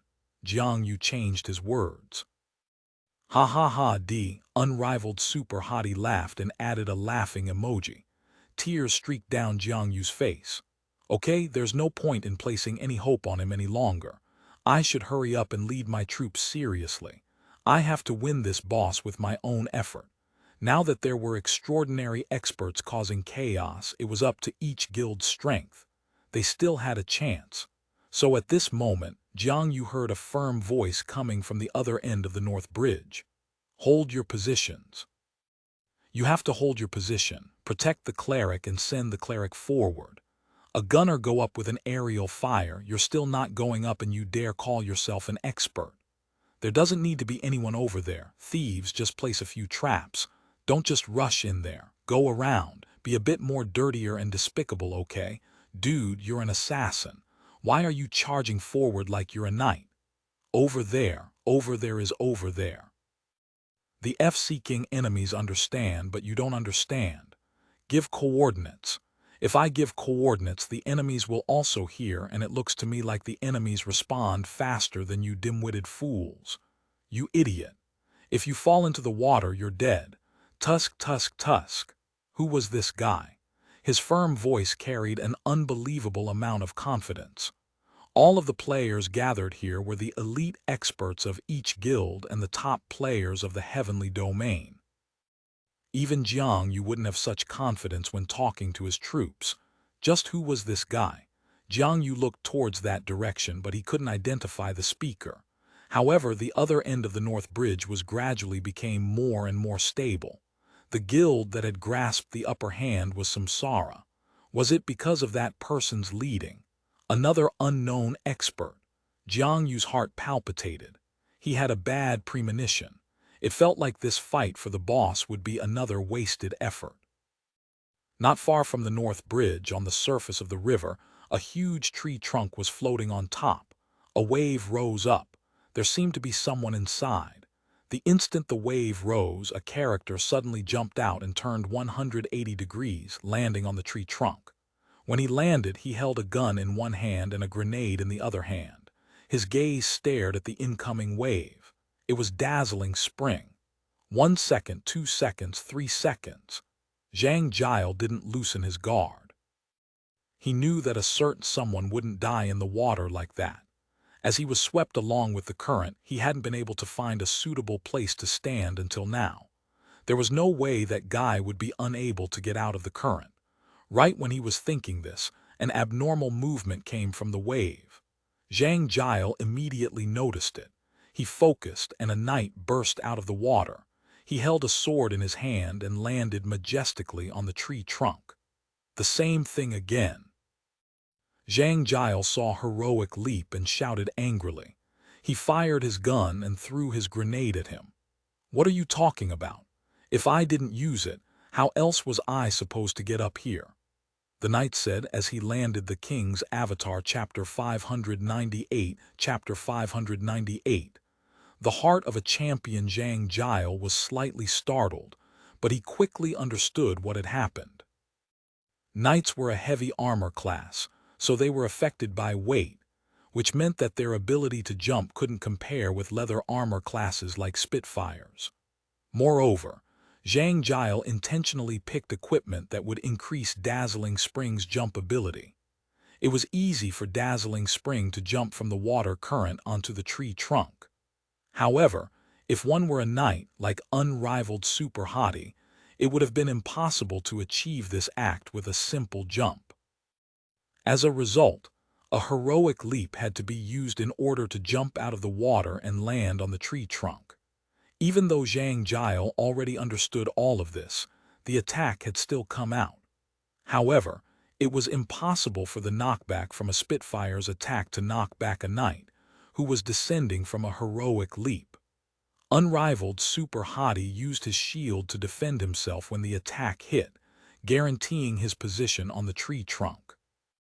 Zhang Jiao didn't want Dazzling Spring to be shaken into the water, so he jumped away the moment the heroic leap descended. He pulled his gun out and fired another bullet, using aerial fire to cross the river and back onto land. Not bad, not bad. Ye Xiu praised him as if he were a rookie. At the same time, unrivaled Super Hottie walked along the tree trunk and back onto the river bank. Zhang Jiao was still taking precautions. The muzzle of Dazzling Spring's gun never left unrivaled Super Hottie's body from beginning to end. Enough, enough. Put the gun away. We're done. Ye Xiu spoke. What are you trying to do? Zhang Jiao was a little melancholy. Testing your skill, Ye Xiu said. You would have died. Zhang Jiao was speechless for a while before continuing. If not for that cleric. That holy heal was quite brilliant, wasn't it? Ye Xiu spoke. If it was just a coincidence, then let it be, but if that was intentional, then it was indeed very brilliant. Who is that person? Zhang Jiao asked. A player from Tyrannical Ambition. Ye Xiu said. Player, only a player, just a normal player. Zhang Jiao didn't really believe it. To take advantage of the visual effects distraction to conceal his movements and to use Holy Heal at the pivotal moment, all of the observational skills and judgment required was reflected in those series of actions were practically at a pro player's level. This person turned out to actually be a normal player. Exactly, Ye Xiu said. What a talent, Zhang Jiao spoke. Agreed, Ye Xiu said. Wait. All at once, Zhang Jiao suddenly thought of something. You got this crappy knight account and infiltrated Tyrannical Ambition just to find such a cleric.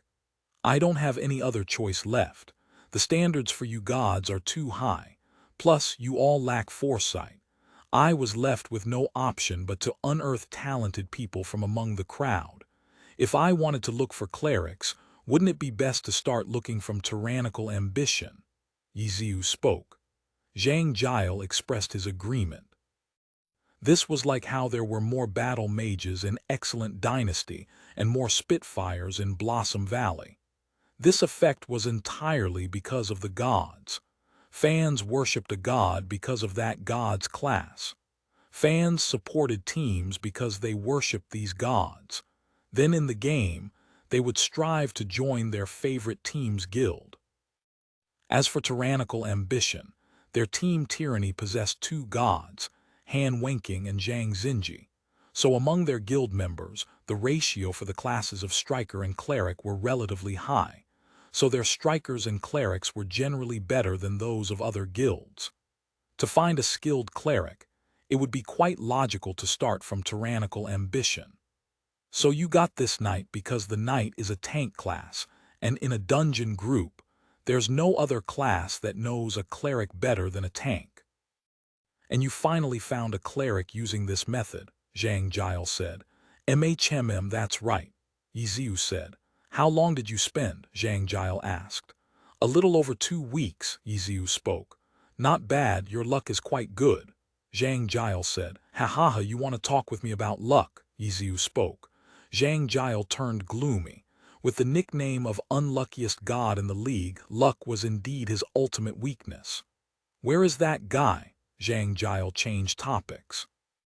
He was quite curious as to the whereabouts of the expert cleric. Unrivaled super hottie's view switched towards the rapid river. After a long while, Ye Xiu said, "He probably drowned." Cough, what? Zhang Jiao didn't fall into the river, but he still choked. Drowned. He didn't dare to believe that the cleric, with such exceptional judgment and observation, would drown. Zhang Jiao felt that it was more likely for Ye Xiu and him to drown on this tree trunk. Hey, if he really was exceptional in every aspect with absolutely no weaknesses, then how would I be able to uncover him? He would have been discovered long ago and taken to who knows where by someone else much earlier on. Ye Xiu said. Then what exactly is the weakness of this expert that covered up his excellent talent? Zhang Jiao said. According to my initial observations, he has good judgment and a good grasp of time. However, his mechanics are fairly ordinary. He also reacts slowly in complicated situations. Ye Xiu spoke.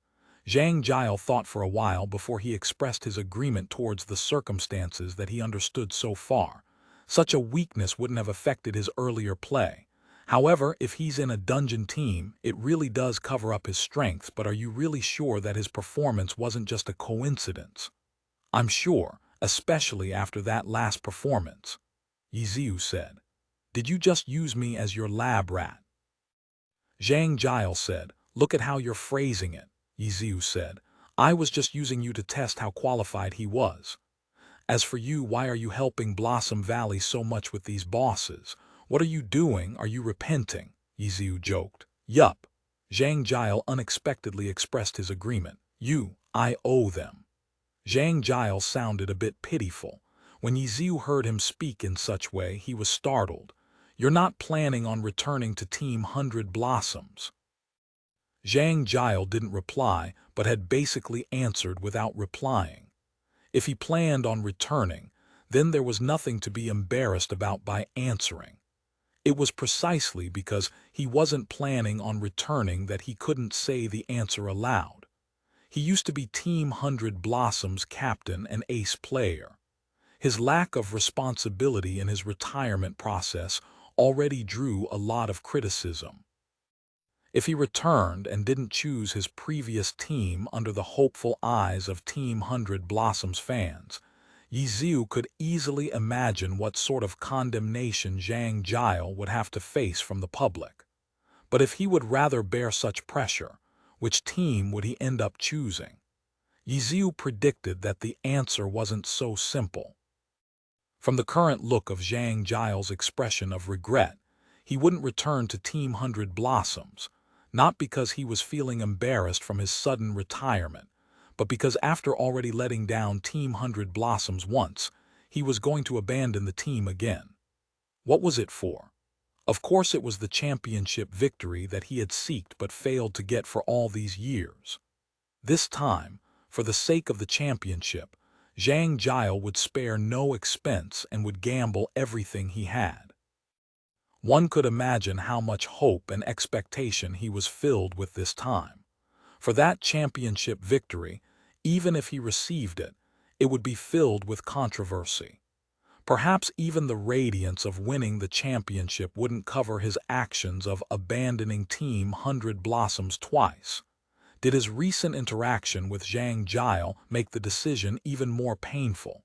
Ye Xiu didn't think so. This was because in Ye Xiu's eyes, the emotions that he had triggered were mostly memories of the past, which would make him feel unsubmissive and unwilling to leave. As someone who needed to start over again, Ye Xiu couldn't give Zhang Jiao much hope. He didn't have anything that would make him gamble everything. When he asked Zhang Jiao to join him, Ye Xiu could only say it in a half-joking manner. After all, Zhang Jiao was different from Wei Chen.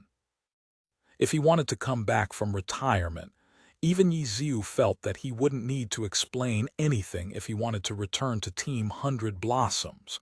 But now, Zhang Jiao was obviously making a bold decision. Ye Xiu couldn't imagine Zhang Jiao cooperating with him.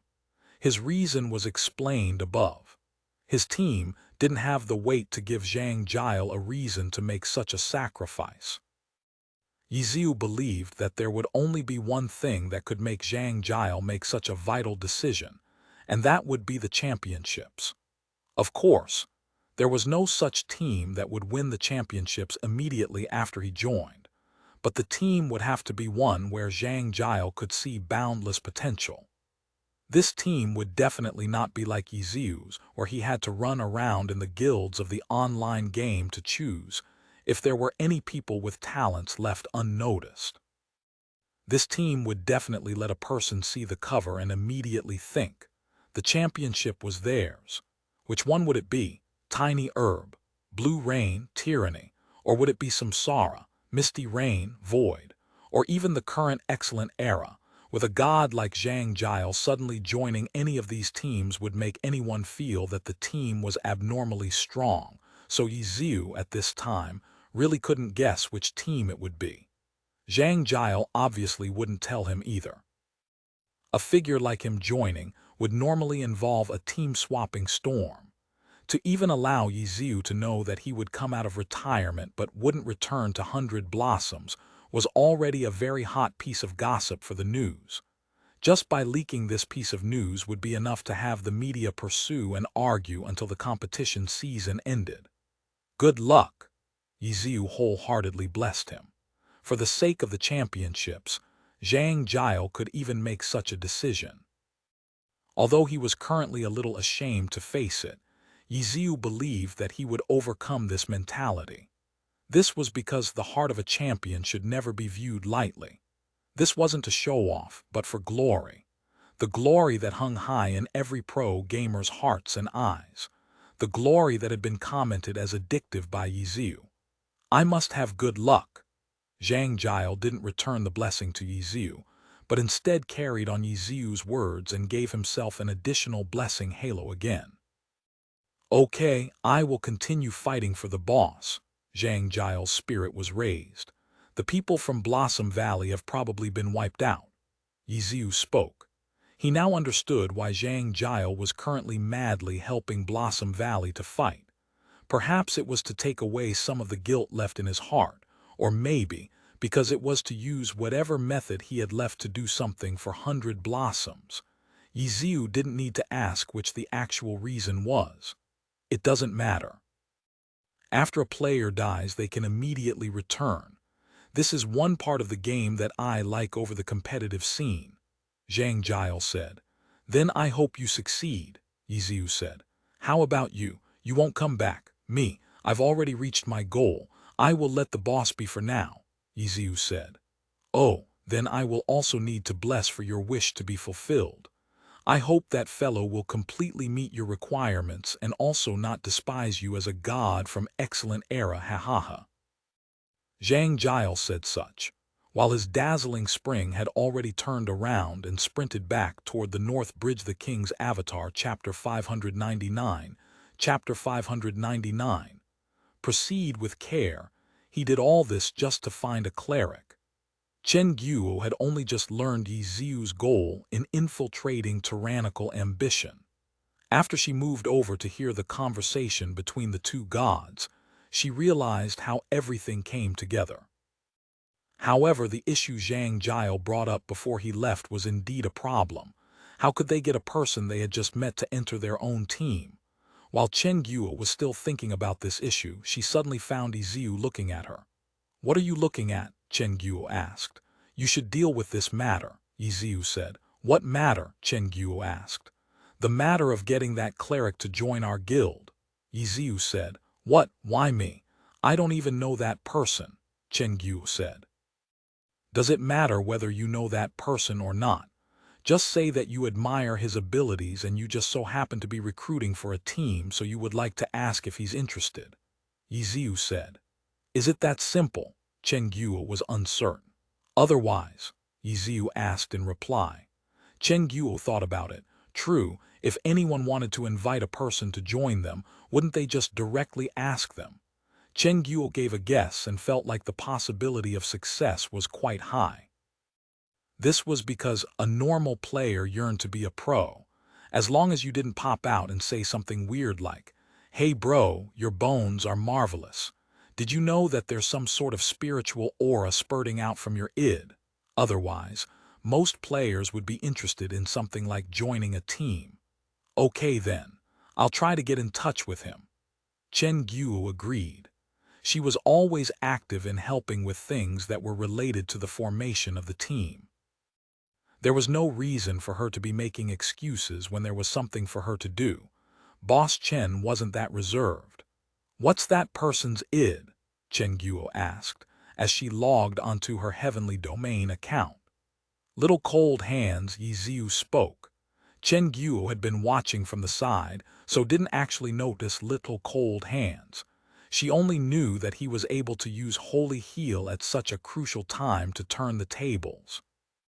Then after that, Ye Xiu followed up by controlling unrivaled Super Hottie to knock Zhang Jile's dazzling spring into the water. In fact, it wasn't just Chen Guo. Even Zhang Jile didn't know this cleric's name. After logging onto Chasing Haze, Chen Guo searched for the character's name. The information came out very quickly and she was immediately surprised. Wait, she's a girl. When Chen Guo first heard the id, she thought the name Little Cold Hands was pretty feminine. Now that the character appeared, it was actually a female avatar. Ahem, Ye Xiu coughed with a strange expression. This cleric doesn't happen to be a male playing as a female, right? Chen Guo noticed the oddity. You've got incredible foresight, Ye Xiu said. What sort of person is he? Chen Guo was astonished.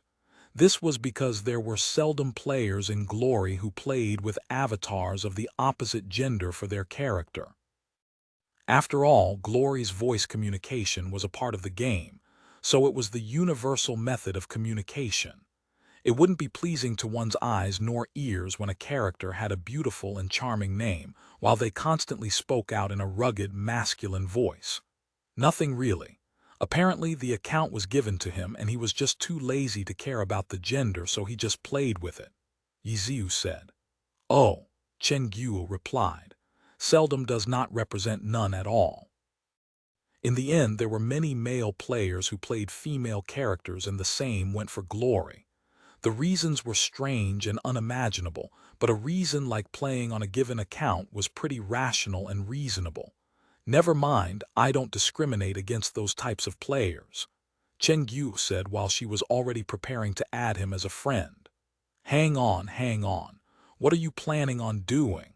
Ye Xiu asked. Add him as a friend and invite him join our group, Chen Guo said. Add him as a friend and just say, "Yo bro, I've been admiring your strength for a long time, would you like to form a team with me?" Ye Xiu asked. Chen Guo stared blankly. True, if she added him as a friend, how would she start the conversation? Little Cold Hands wasn't a pro player. If she just added him as a friend from out of the blue and directly asked him to join, it would feel like stopping someone on the street and say, "Hey bro, your bones are marvelous," or whatever. She would most likely be treated as a scammer. For now, you need to actually get in touch with him and show that you've seen his talents. Then you can naturally recruit him, right? Ye Xiu said on the side. Chen Guo looked at Ye Xiu. She suddenly felt that, if she directly added that person as a friend and tried to recruit him immediately, he probably wouldn't buy into their trickery. Only if she did what Ye Xiu told her could that person be convinced. True, for no particular reason at all, Chen Guo suddenly had a feeling of tricking. Say, why don't you do it? Chen Guo felt that Ye Xiu had other reasons for making her go alone. Ahem, aren't I doing this to avoid arousing suspicion? See, Zhang Jile even said it before he left to be aware that he might despise my identity. If I just went and directly said, "I'm Ye Xiu, come with me." What if I only end up being spit in the face? Therefore, it's better if you do it, Ye Xiu said. Wouldn't he still have to interact with you afterwards anyways? Chen Guo said. Yes, but just say that I also happen to be roped in on the side of the road, Ye Xiu said. What nonsense. Chen Guo threw her mouse. She felt that Ye Xiu just threw aside something nonsensical for her to do. Well, he is a fan of tyranny. With my identity and background, we can't be careless in handling this matter. Ye Xiu said. Tyrannical ambition. He doesn't have to be a tyranny fan, right? Chen Guo said. I said so because I have a certain level of understanding towards him. Ye Xiu said. To what degree do you know him? Chen Guo asked. Well, he's a tyranny fan. He's an hardcore fan of Zhang Xinji. Ye Xiu said. Apparently. Yup, maybe he was bragging, Ye Xiu said. Does he have a need to brag about that? Chen Guo really wanted to pull Ye Xiu's ear over to give a good growl. To sum it up, I think it's more reliable if you're the person to get in touch with him, Ye Xiu said. Aren't you a little irresponsible to fool somebody like this? Chen Guo said. Look, you're essentially the team's manager. Recruiting team members is also a part of your responsibilities. Your formed team has me and also him. It's something decided by you as the boss. Do we, the members, have any right to be picky? You should have this kind of working attitude. Don't just be a fan and think like a fan. Ye Xiu lectured her. Chen Guo was stupefied after being lectured. She only started to regain her senses after a long while. Are you lecturing your boss? I wouldn't dare. Ye Xiu hastily noted. What do I do if he doesn't agree? Chen Guo asked. Then, we can only take a step and make plans for the next. There's nothing we can do if he truly doesn't want to join our team. Ye Xiu sighed. I think the problem isn't too big. If a normal glory player is offered something like being in a pro team, the player shouldn't have any over-conflicting sentiments. Chen Guo could see the expression of regret on Ye Xiu's face and thought about the hardships of forming a team, so she started to comfort him. I hope so, Ye Xiu said.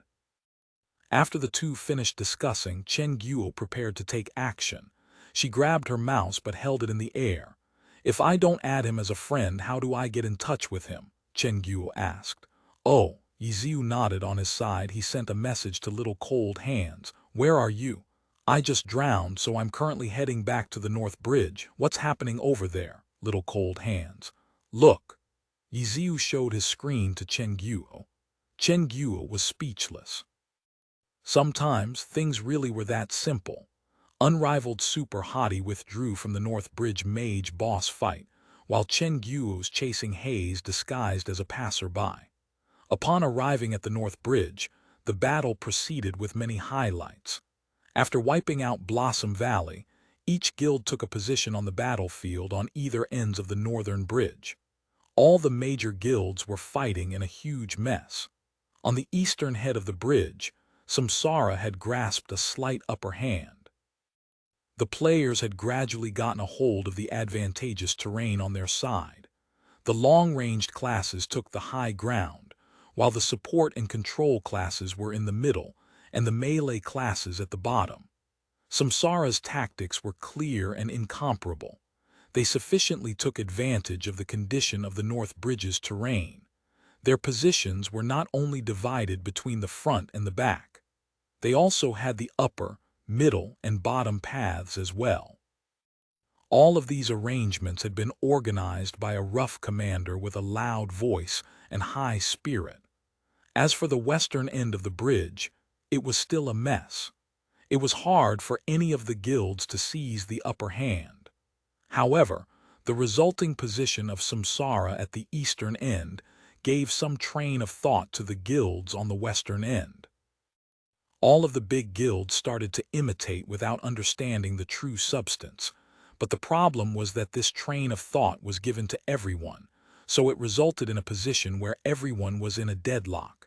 Jiang Yu was worried, very worried.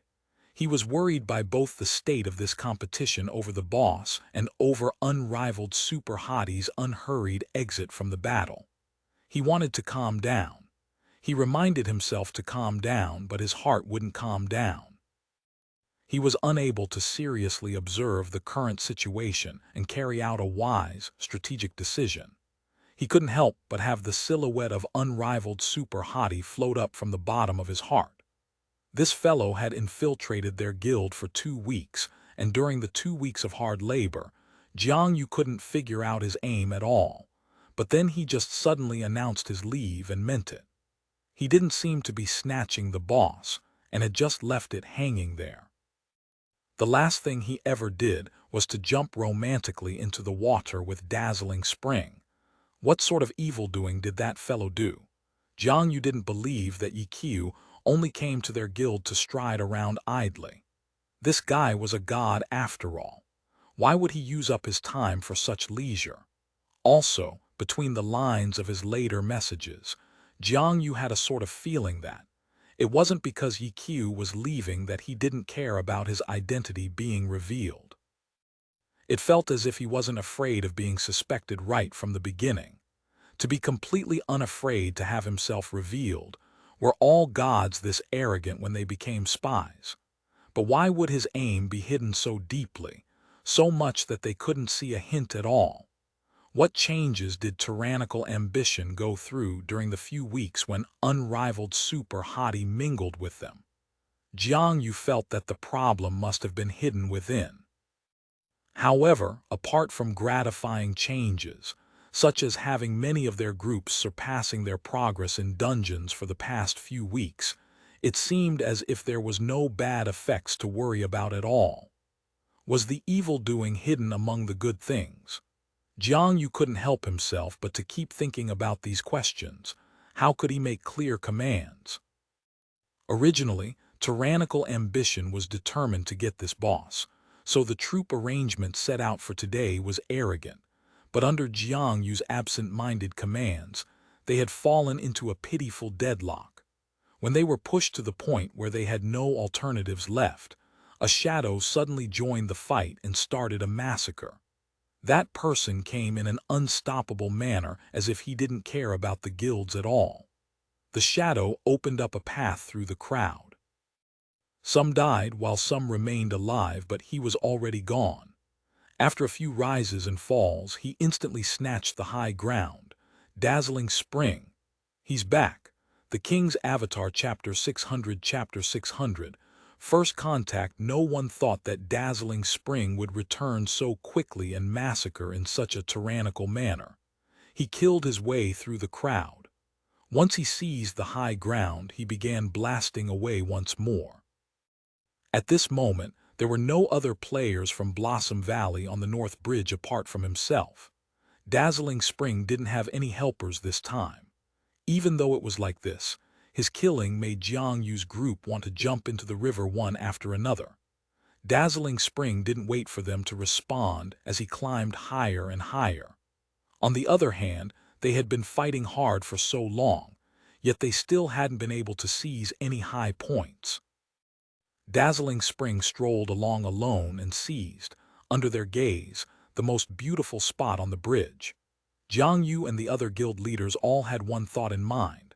Why did this bastard choose our end of the bridge and not the other end? Zhang Jiao wasn't only limited to this end of the bridge, though. After taking the high ground, he glanced in the other direction. He was shocked when he looked. Judging by the position of the Samsara tags on everyone, Samsara's troops were arranged in a beautiful formation. It seemed that it would be a bit difficult to deal with.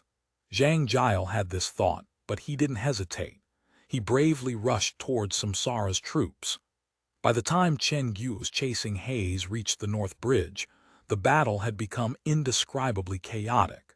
Compared to Dazzling Spring's attacks against Samsara, the messy entanglement between tyrannical ambition and the other guilds at the bridge's western end was like a childish bore. Even they felt a little bit embarrassed for themselves. The level of skill involved in the battles on the two ends of the bridges weren't on the same level. It was like how unrivaled Super Hottie had challenged Blossom Valley on his own before, making everyone realize that it was a fight between two experts. Only this time, the solo challenger was Dazzling Spring.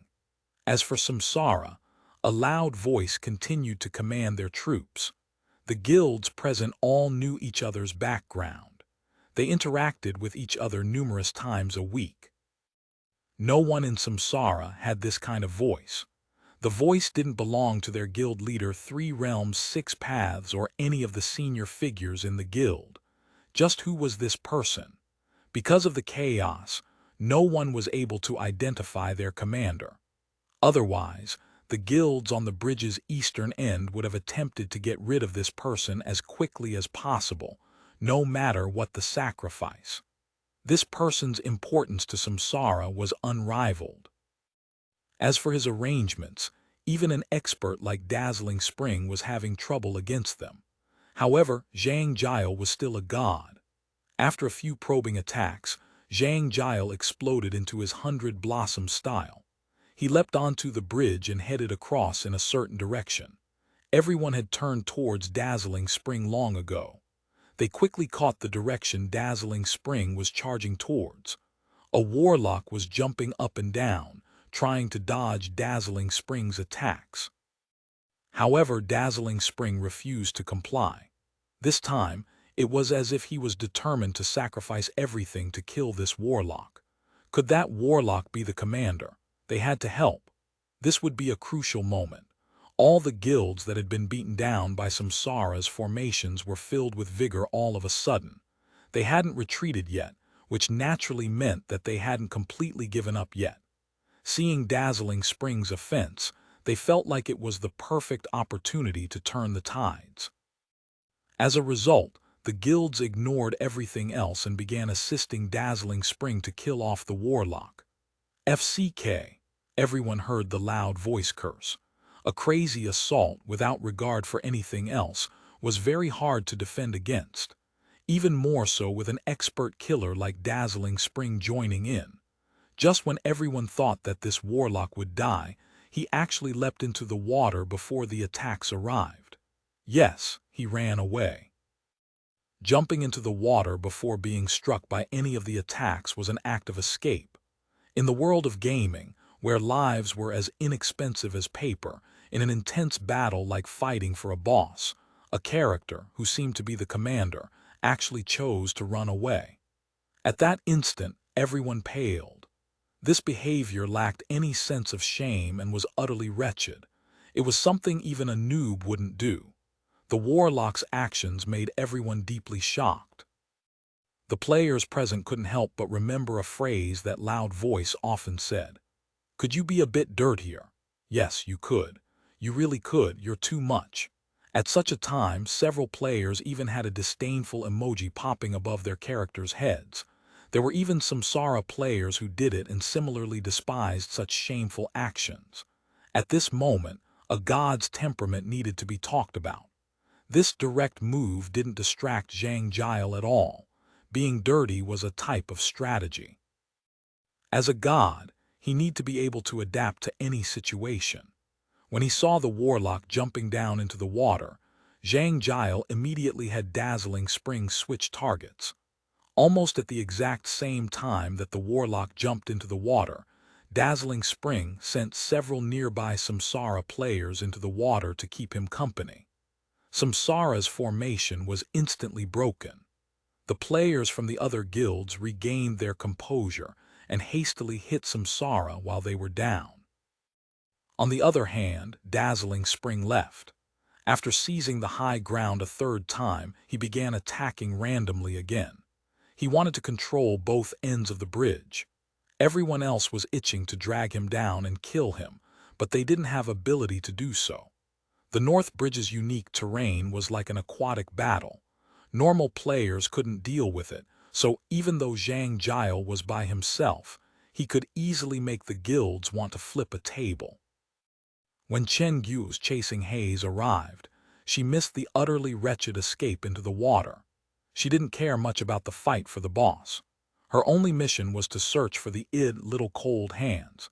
Even though she knew his name, it wasn't easy finding a single player in such chaos. Chen Guo didn't dare to approach the battle too carelessly either. Fighting for a wild boss was a sensitive subject. If a bystander didn't keep their distance, it was possible they would be suspected of trickery and be killed. Chen Guo had chasing haze go around in a wide arc, but she couldn't find little cold hands. When she turned her head around, she noticed that Ye Xiu was looking at her screen and she hurriedly asked him if he saw little cold hands. Nope. Ye Xiu also shook his head. His eyesight was keener than Chen Guo's, but he wasn't able to find any traces of little cold hands either. He wouldn't be on the other side, would he? Chen Guo said as she looked towards the other end of the bridge. It was the position where Samsara and the other guilds had set up their front. Because of the distance, it was impossible to read the names clearly. It shouldn't be possible, Ye Xiu said. Tyrannical Ambition's position was on this side. If he ran off to the other side just for fun, then his judgment would be very disappointing. Maybe he hasn't arrived yet. Chen Guo controlled chasing Haze to go around in another circle, but she still wasn't able to locate him. Wait. Turn your view to the right, turn again. Ye Xiu spoke. Chen Guo's mouse moved bit by bit. Stop, there's a person over there. Ye Xiu pointed to Chen Guo's screen at a tree not too far away from where they stood. Really? Chen Guo hadn't noticed. She had mainly been searching the people in the crowd. She didn't even notice the tree. Is it him? Chen Guo asked. I don't know, Ye Xiu said. I'll go take a look. Chen Guo didn't have anything else to do, so she went a look behind the tree. After adjusting her view, she saw a person behind the tree. Chen Guo immediately had Chasing Haze walk closer and quickly saw her target, a female cleric with the little cold hands. It's him. Chen Guo was happy. She was about to walk up, but she suddenly stopped after a few steps. Who knew when this little cold hands had come to this spot, but he wasn't moving. He was just hiding behind the tree, looking at who knows what. How would she be able to persuade him? She couldn't just say, Bro, your peeping skills are peerless. I'm planning on creating a team. Come with me and I'll unlock your full peeping potential. It sounded so sketchy. Chen Guo was thinking, and she unconsciously had Chasing Haze come to a stop. Maybe she could say that she saw his excellent healing skills on unrivaled super hottie, so she was interested in having a chat with him, but to show such admiration only based on a single move might make her come off as a scammer. Chen Guo couldn't think of how to introduce herself, so she didn't have Chasing Haze go up yet. She turned her head to look at Ye Xiu. What is he doing? Ye Xiu also shook his head. He wasn't familiar with little cold hands to the point where he could predict his thoughts. At this time, Little Cold Hands turned his view and saw a stupefied Chasing Haze. Seeing how she had been spotted, Chen Guo thought for a moment before deciding to let Chasing Haze go forward. Little Cold Hands didn't run away, but rather she just stood under the tree, staring at Chasing Haze. Hello. When their distance seemed about right, Chen Guo gave a greeting. Hi, he replied. Originally, it would have been unsettling to hear a masculine voice coming from a female cleric. However, even though this person's voice was also masculine, his one-syllable reply felt as if it had some softness in it. The person's voice and the character's looks weren't as conflicting as Chen Guo had imagined it would be. So strange, Chen Guo thought quietly in her mind. I saw you before. This was the introduction Chen Guo had thought of. Oh. Before on the bridge, that holy heel of yours was brilliant, Chen Guo continued. Ha, it was all right.